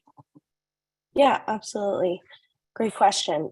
Some of the feedback revealed an opportunity to clarify how we intend to issue transitional goal determinations in school years 2022-23 and 23-24. We have begun to think about how to address this gap and plan to adjust the proposed policy before asking the board to vote on it in June. Additionally, some of the technical points of clarity, we received public comment through those charter office hours and have documented those and have already begun to revise the policy to provide the technical clarity requested during those times. So I know we've done a lot of engagement around the revised accountability framework. Just want to remind folks that you have held office hours for folks to come and share their concerns. We continue to welcome public comment as well. One of the other pieces that came up was a concern around data quality and accuracy. And I would just like you or Dr. Walker Davis to just talk about the work that we have done to address concerns, to address staffing, and that we're on a strong trajectory for that to be the case. Holly, if it's okay, I'll jump in first. So I do want to acknowledge board members and our viewing public, as I have done with our LEA leaders multiple times, that we, like many other folks, have experienced staffing challenges throughout this school year. And we have made considerable efforts in restaffing our data team. I'm very excited about the data team that we currently have. Very capable data analytics engineers, newer to our organization, but have quickly jumped in and gotten up to speed. I do want to separate our capacity in terms of going forward with our data and accountability team with the capacity that we've built for this particular project with the revised accountability framework. As you know, we have an outside vendor who has been supporting the data modeling of our work and has also been supporting, helping us to connect the dots between our intent around the policy and what that would look like. We've been in communications with our consultant around the areas that we have identified where there were quality assurance issues, and we've beefed that process up. And in addition, we will be looking at some experts who are familiar with DC data to also be a next layer of quality assurance once we get to a point where we think our working model is good to additionally pressure test. So I do want the board to know that we have our own concerns that we have addressed. We've heard the concerns that we receive from schools, and that we remain confident in the direction of our revised accountability framework and the modeling that has happened. And that is actually separate to the transitional goals and the charter goals policy. I do have confidence in what is presented in terms of the ways that schools would be able to demonstrate the data, and the team that we have built, their ability to implement and assess charter goal performance moving forward. Holly, I don't know if you wanted to add anything to that. I'm sure you don't have to. Is there anything you'd like to add before I ask my final question? No, I think just distinguishing, although this policy and the technical guide may be sisters, they are not twins. And so keeping in mind the data quality, just as Dr. Walker Davis said, are two distinct separate entities that we are tackling, and that in addition to that, any concerns around the data quality and modeling of the revised accountability framework, that will not be a goal attainment option until 23-24, once we have fully vetted and the scores become public. So that is a concern that we hear and want to address. And I also just want to name that that is not an option until the scores are publicly available. And so we have time to correct those errors and ensure validity, accuracy, and trust with what we publish. And my, I think, final question on this is, we've received feedback about the shift away from the standalone assessment improvement pathway under the old policy and under this new policy. And I think I heard earlier that we shared that it was just too easy. I like a little bit more context around that decision and how that's now being proposed, and what work has gone into engaging schools to understand it, particularly those who may be impacted by it sooner rather than later with upcoming reviews, et cetera.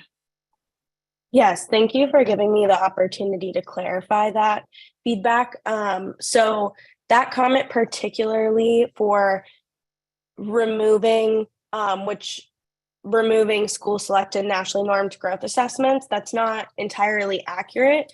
For school year 23-24, we will be consolidating school selected nationally normed growth assessments into the transitional goals piece. So under the COVID-19 impact policy and through reviews for 22-23, they will be a standalone option for goal attainment, and they will be consolidated moving forward for school year 23-24. It's easiest to see that. It's in a footnote in one of the appendices. And for that, one thing that staff discussed was that when comparing transitional goals and school selected nationally normed growth assessments, just the number of transitional goals in comparison to school selected nationally normed growth assessments, just the quantity alone did not provide a substantive comparison. And the reason that we introduced school selected assessments during the time of COVID was because we did not have median growth percentile, or MGP. And we heard from schools that there wasn't ample opportunity to show growth, particularly when PARC was not available. So we looked at those assessments in that time. And as we now have PARC and MGP available, it no longer holds the same weight in terms of being a standalone option beginning in 23-24. So it will be part of the transitional goals because we understand that is informing decisions in schools, and we understand that is highlighting growth. It also, separate and apart from this, is part of the conversation for the revised accountability framework. So school selected assessments are not going away. They are just no longer serving as a standalone option. However, based on the feedback, that is certainly something we should aim to clarify ahead of the vote, so everyone feels confident with where school selected assessments will fall in their goal determination options. Thank you.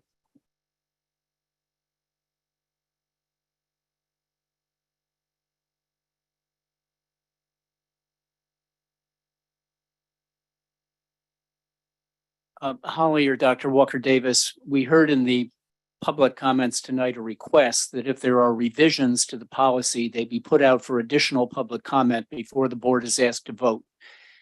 Do you have a reaction to that tonight? If you need more time to think about it, that's fine. I understand that, but if you have a response to provide guidance to the community, I think that would be helpful. I can jump in. First, we have reflected on what we've heard and have made a commitment at a minimum to share the draft of the any revisions that we make to our LEAs prior to asking the board to vote. I will consider with staff whether or not that means we should also extend the public comment period, but we have at least committed to sharing any revisions that we make with our LEAs. Thank you. And Holly, thank you for this. And I just want to express some gratitude to those who offered feedback to us through the various forums and channels, including earlier this evening. Centering on student learning outcomes is the work of charter schools and authorizing. So these questions, the feedback and engagement from across the ecosystem, it sounds really technical for those who are listening in on tonight's meeting and may not be familiar with all the terms, but this is the really important work that sets this sector apart to ensure that we are in a path of continuous improvement in service to the students whose families choose to enroll in these schools. So please continue to engage and take advantage of these opportunities for us to be able to learn and react and respond and anticipate, so that as we continue to roll out future policies and improvements, we do so with greater clarity and greater precision.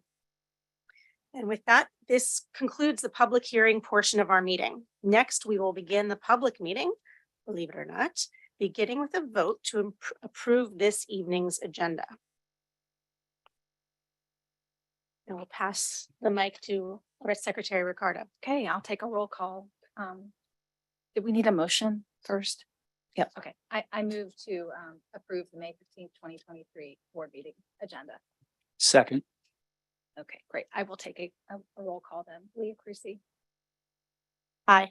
Jim Salmon. Aye. Ricardo Ganjam, aye. Chantel Wright. Aye. Shukrat Adamofanian. Aye. And Nick Rodriguez is absent. He has submitted a proxy, which is, he votes in favor. Okay, great. We have 6 out of 6 aye. Thank you. Next on our agenda is the approval or denial of a charter application. And for that, Holly, thank you for sticking around a little bit longer. I yield the floor to you and would like to invite representatives from the applicant group to provide remarks regarding the charter application. For that, Mr. Mallory, Scott Mallory Jr., you are welcome back up.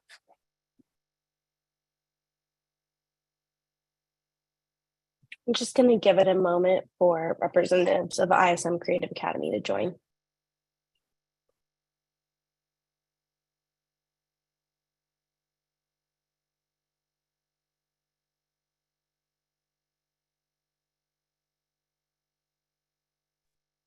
Holly, I think you can go ahead with your introduction because they won't be joining. Okay, great. Thanks, Melody. Hi, everyone again. I am the lead reviewer of the ISM Creative Academy charter application. The ISM founding team seek to open a Montessori and Reggio Emilia inspired early childhood program in school year 2024-25 in wards 5 or 6. DCPCSB staff recommends that the board deny the ISM Creative Academy charter application. Using the standard for approval detailed in DCPCSB's 2023 charter application guidelines, DCPCSB staff evaluated the content that the ISM founding team presented in its written application, the capacity interview, and the public hearing. To be considered for conditional approval, an applicant must meet at least the standard demonstrated need for the school. DCPCSB staff determined that ISM Creative Academy did not meet the standard. Further, staff determined the applicant did not meet 3 of the 4 remaining standards.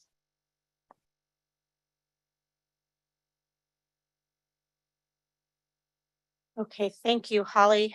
I think I'd like to kick off before I invite a motion. And I want to start off by thanking the founding board of ISM, thank the applicants, Mr. Mallory, Ms. McKeon, who spoke earlier this evening, Mr. Slaughter.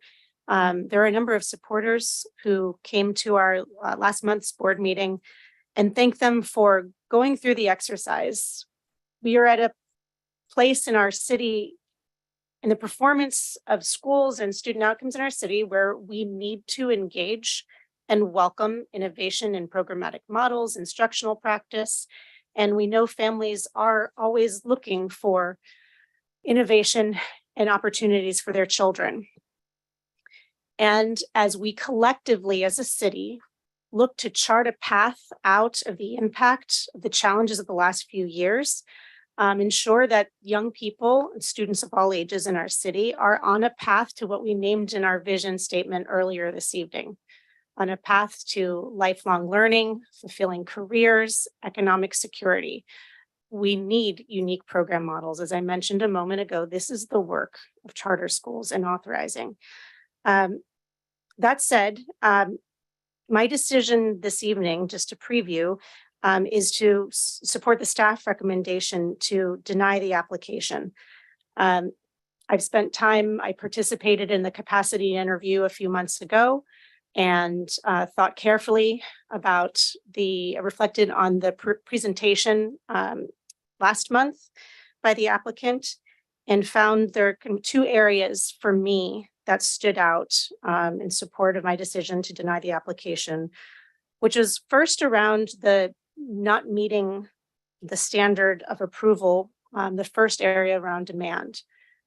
This body, over the past year or so, has introduced much more rigor in that area of the standard of approval and seeks much more rigorous and authentic evidence of demand from prospective parents, from neighbors, from other stakeholders in the community, and found wanting in this application, as well as when we pressed on it in both the capacity interview and in our public hearing for this last month. The second area is adequate expertise and knowledge of the particular model that the application describes. I hope and encourage the applicant to consider the staff's feedback.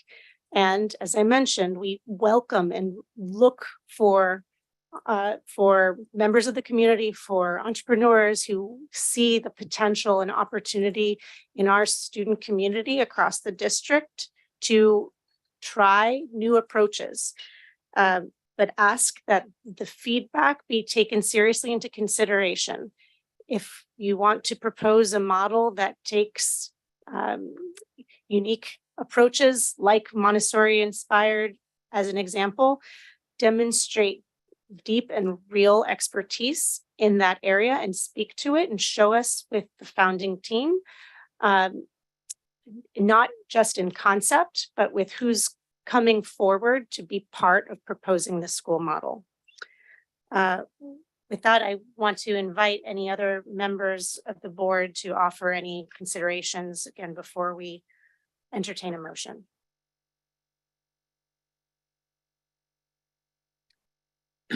I agree with what Chair Cruzy said. The staff prepared a very detailed recommendation to the board with written explanations for how they evaluated the applicant's response to the various standards that have to be considered in ruling on an application, and that's been shared with the applicant. The two most important considerations for me are the same two that Chair Cruzy mentioned. I have very serious concerns about the demand showing and about the ability of the founding group to demonstrate the depth of experience with Montessori and Reggio Emilia education that I would like to see for a school like this. Montessori and Reggio Emilia education is very specific type of education, and I'd like to see concrete, hands-on personal experience by at least some members of a founding group. I do want to say that if the applicant is inclined to reapply, I think a lot of additional work needs to be done on the application, particularly with regard to those two criteria.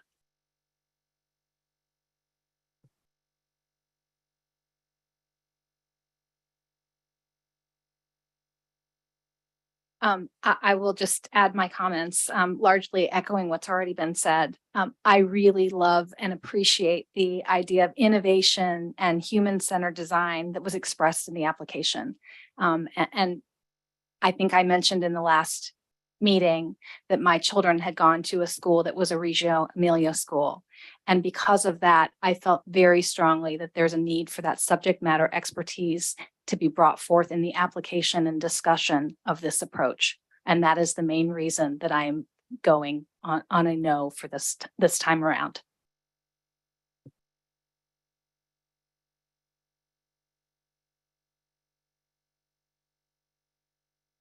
Colleagues, I will now entertain a motion.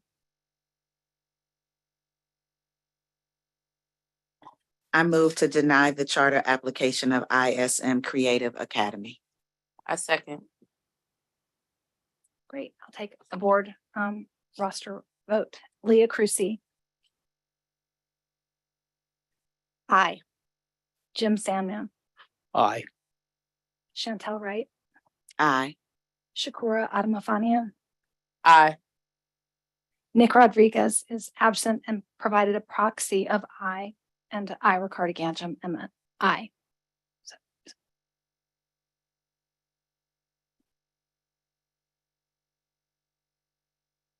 Thank you, Mr. Mallory. Thank you, Holly. I next yield the floor to Tricia Francisco, Equity and Access Specialist, to introduce the next agenda item, an open enrollment notice of concern for Community College Preparatory Academy Public Charter School. And I would also like to invite representatives from the school to provide remarks. Dr. Wallace Henry and Monica Ray. All right, thank you, Chair Cruzy. I'll give it a moment for them to come on.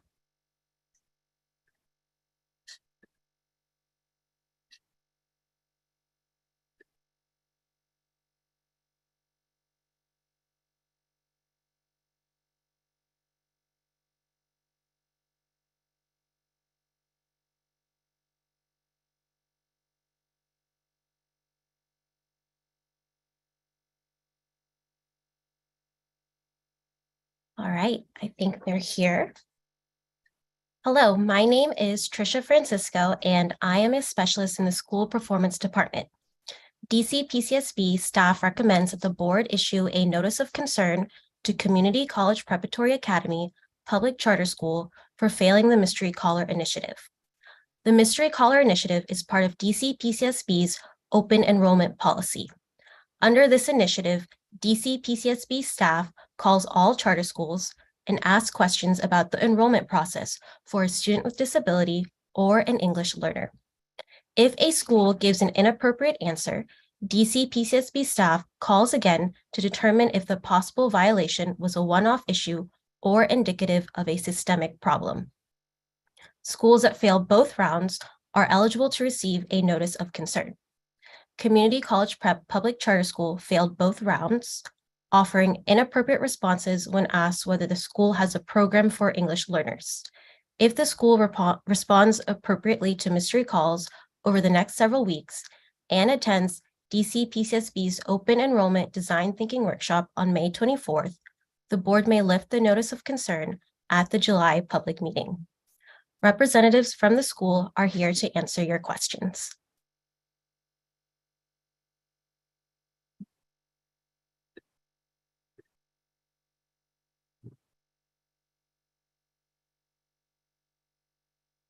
Tricia, who's here from this school? Oh, I think I just saw We have Monica. Dr. Okay. Henry and Miss Monica Ray.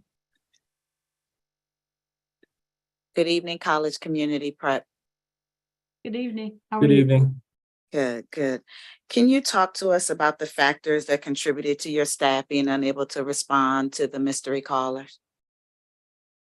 But yes, first I would like to say good evening to everyone, and also to acknowledge how concerning this was to hear and to read how our responses were described and how our process for enrollment, particularly for those with English learning needs, was met in the mystery call.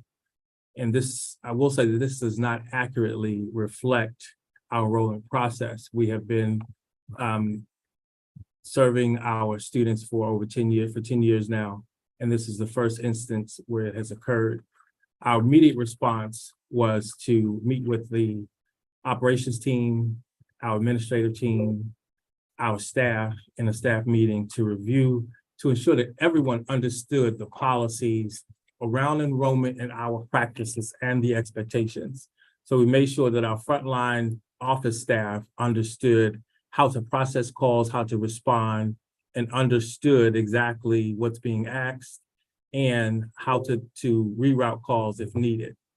And so we have signed up 8 individuals to attend the upcoming training to ensure that everyone is clear about what the expectations are.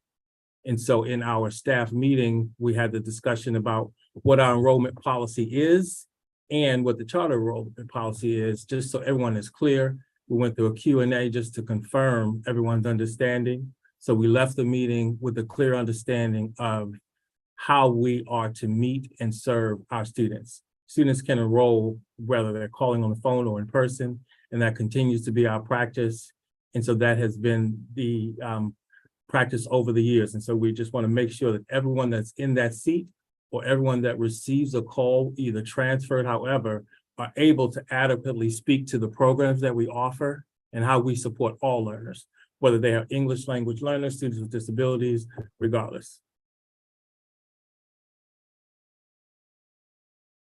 Thank you. Thank you, Dr. Henry. For everyone's benefit, it was at a previous board meeting, I can't remember exactly which, our vice chair, Jim Sandman, had raised the concern that our practice is to give advance notice to LEAs that they may be receiving mystery calls like this over some period of time, and question that practice, because the spirit of it is that we are public schools that should be open and accessible to all interested students and families, with whether or not there is some kind of advance notice that this kind of exercise is going to happen. And I wanted to flag that again, that even with this, that it is concerning. So thank you for your response. And it's important to hear that this kind of updated training is happening. But also just wanted to acknowledge that again, that a parent, or in your case, an adult student, should be able to make a phone call and understand what options are available to them at any time. We're conducting our own spot checks and mystery calls just to confirm the responses from our team. I'd like to add to that. I'm deeply troubled by what happened here, by the failure of Community College Prep and of Two Rivers to pass what I consider to be a very easy test. And I strongly recommend that the staff of the Public Charter School Board revise the mystery caller protocol to make it more reflective of a true test of what a parent or an adult student experiences when they call a school asking about the school's capacity to serve an English language learner or a student with disabilities. There are 2 particular components of the test as designed that I think need strengthening. The first is schools are notified multiple times in advance that they're going to be called. It's called a mystery caller program. It's not a mystery. I've never heard of an I-team from a local news station that calls a retail establishment before they make an inquiry and say, by the way, we're going to be calling you next week to see what your response is to such and such an issue.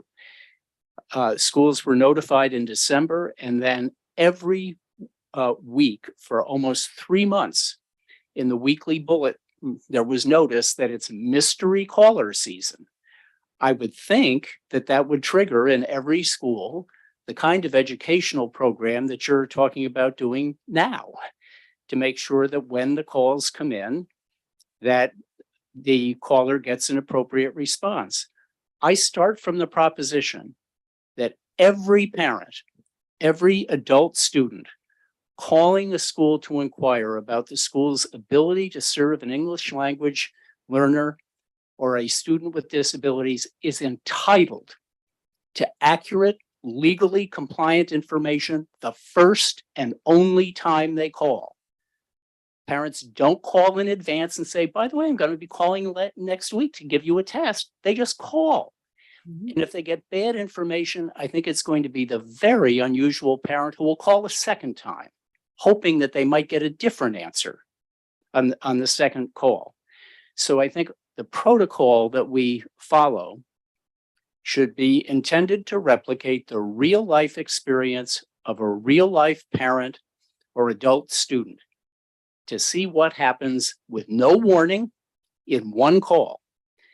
As what I just said suggests, I think that our protocol is lax in a second respect. That is, you get a do-over. If you get it wrong the first time, if the first time a so-called mystery caller contacts the school and gets inaccurate information, the school is given a second chance to see if they get it right. And the kind of notice that we're being asked to vote on tonight is issued only if they get it wrong twice. Real parents don't get do-overs. They make one call. And if the information they get is discouraging to them, I think it's highly unlikely they're ever going to call again. And I'm just very troubled by it. It shakes my confidence in the leadership of a school that when you get a notice that it's mystery caller season and you're given two chances that a school can still fail, it just leaves me with the sense that this isn't a priority. That the people answering the phones are not who are the people who interact with parents and adult students aren't trained to give that accurate and legally compliant information that every caller is entitled to the first and only time they call. I think this is really serious, really serious. To me, this, there's a narrative out there that charter schools find ways to discourage applications from students who are English language learners or have disabilities. Results like this feed that narrative. This is where it comes from.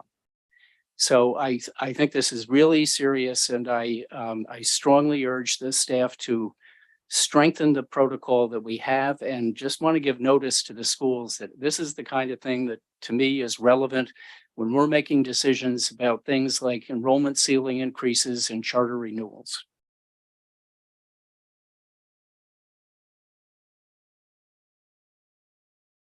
Colleagues, I will now entertain a motion.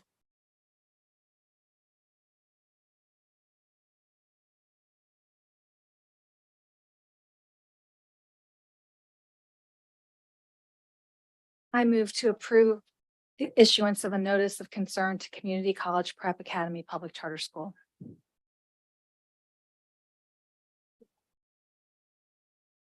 Second. Okay, I'll take a roll call vote. Leah Crucy. Aye. Jim Sandman. Aye. Chantel Wright. Aye. Shakura Adamafanian. Aye. Nick Rodriguez provided a proxy vote of aye, and Ricardo Ganjum is aye. So 6 out of 6.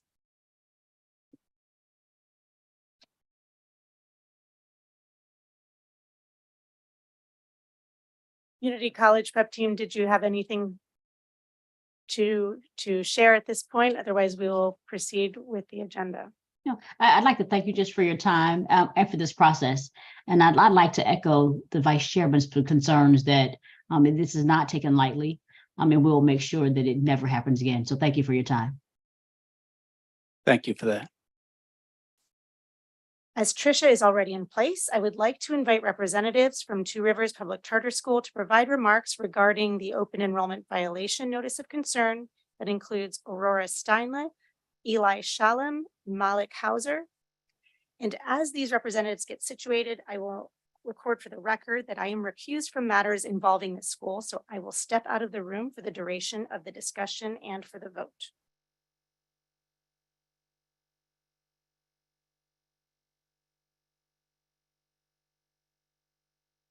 Right. Thank you, Chair Cruzy. I think we're waiting on one more.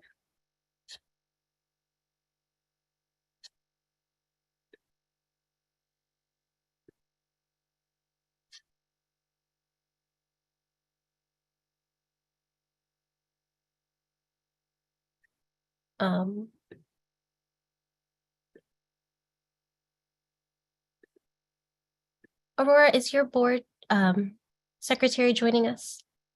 Yes, There he is. I see him. Great, thank you, Trisha. All right. DC PCSB staff recommends that its board issue a notice of concern to Two Rivers Public Charter School for failing the Mystery Caller Initiative.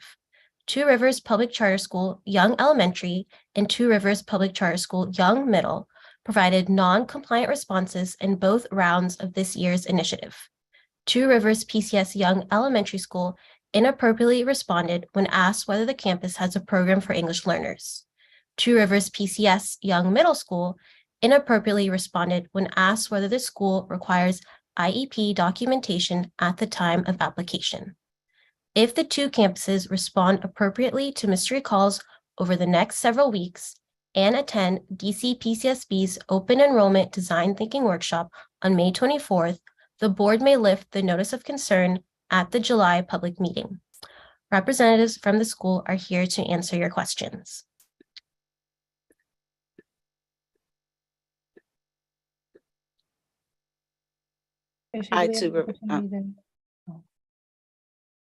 Were you saying something, Aurora?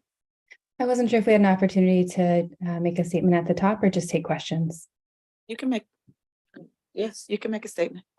Oh, thank you. So good evening. I just wanted to acknowledge the seriousness of these concerns for the reasons that Board Member Sandman just reiterated. We take this very seriously, and this was absolutely red flags for us in response to these findings. Our registrar retrained all of our front desk receptionists, but I think one of the notices for us was that we have more people this year moving behind our front desk space. And I think some of the training, one thing we needed to recognize was that there were personnel answering phones that we hadn't anticipated. And in fact, some of that required some role clarity, but also just ensuring that there is a easy to follow protocol, as was shared. It's not, this is a relatively straightforward test to pass, and making sure that all personnel just have access to that basic information around how to respond to families seeking enrollment and having questions about enrollment. I think another notice was that even where staff shared something about us being open and available to enroll the child, they then had some kind of comment about what was required in the actual application process that was not accurate. So I think that was something we particularly paid attention to in training, as well as just going back to the comments that were made around why we do this and how important it is as a public charter school, what it means to be a public school, and how essential this is, as was named, to dispel myths about charter school selection and our own commitment to giving access to all families to our school. So we do take this very seriously, and we have since had both retraining of the individuals that had already received training, as well as broadening the sort of net of our training reach, and trying to create some resources right there at the desk so that anyone who's maybe filling in a temporary role, someone's called out, still is clear that there's a resource that they need to be aware of before they're answering any calls from families. So thank you for your time this evening. Thank you for that. That's actually what I was going to follow up on. Was it sounded like there was the we serve all, but then once it got into the grit, it became a violation. I think Vice Chairman Sandman said it well in terms of the obligation. And I think it's important for schools not to just think about their front office staff, but how you are training all your staff to understand the obligations that we have as a public school. having run a school before, I understand your desk is your first person, and oftentimes you do have people that have to step in, but it's important for everyone in the building to understand what it means to work in a public school and what access to that school looks like. So I would also encourage any school that is listening, and definitely the two that are up tonight, to also think beyond just your front desk, and how do we train our entire school community to understand, and for all of us as a sector to understand what it means to truly be a public charter school, and the responsibility that comes with that, to make it as easy as possible for anyone, anywhere to enter our school. So let's go beyond just our front office staff, for all here on this call tonight and that are listening. What Chantel said. Elsa, thank you very much for your explanation. I appreciate that. I feel heard. Thank you. Are there any further questions? If not, I'll entertain a motion. I move to approve the issuance of a notice of concern to Two Rivers Public Charter School.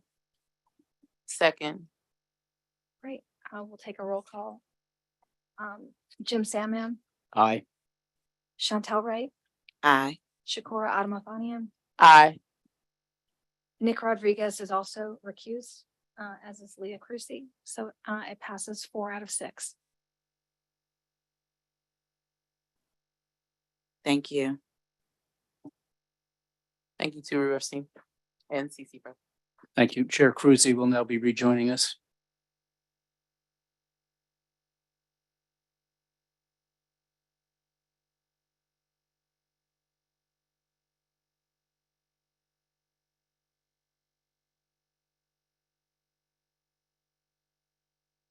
Next, we will vote on the consent calendar. Would any board member like to remove an item from the calendar for further discussion or state a recusal for the record? Chair Cruzy, I don't want to amend the consent calendar, but I would like to take a moment to highlight one of the items on it, and that is the LEA submission calendar. We encourage all of our schools to carefully review the school year 23-24 LEA submission calendar, and be prepared to submit accurate data and documents on time. We've heard a lot about our responsibility, or the staff's responsibility, around data. In order for us to do our job well, it is also important that schools comply and make sure that you get your data in on time and that it's accurate. Next month, we'll vote on DC PCSB's data and document submission and verification policy, which sets reporting expectations for all schools. DCPS staff are available to support schools in complying with our reporting deadlines through the Hub's data ticketing system. So please take advantage of that. But it is imperative that you all pay attention to this calendar and get that data in on a timely manner. Thank you for that, Chair Cruzy. Thank you, Chantel. Colleagues, I will now entertain a motion for the consent calendar. I move to approve all items on the consent calendar. Second, and I'll take a roll call vote.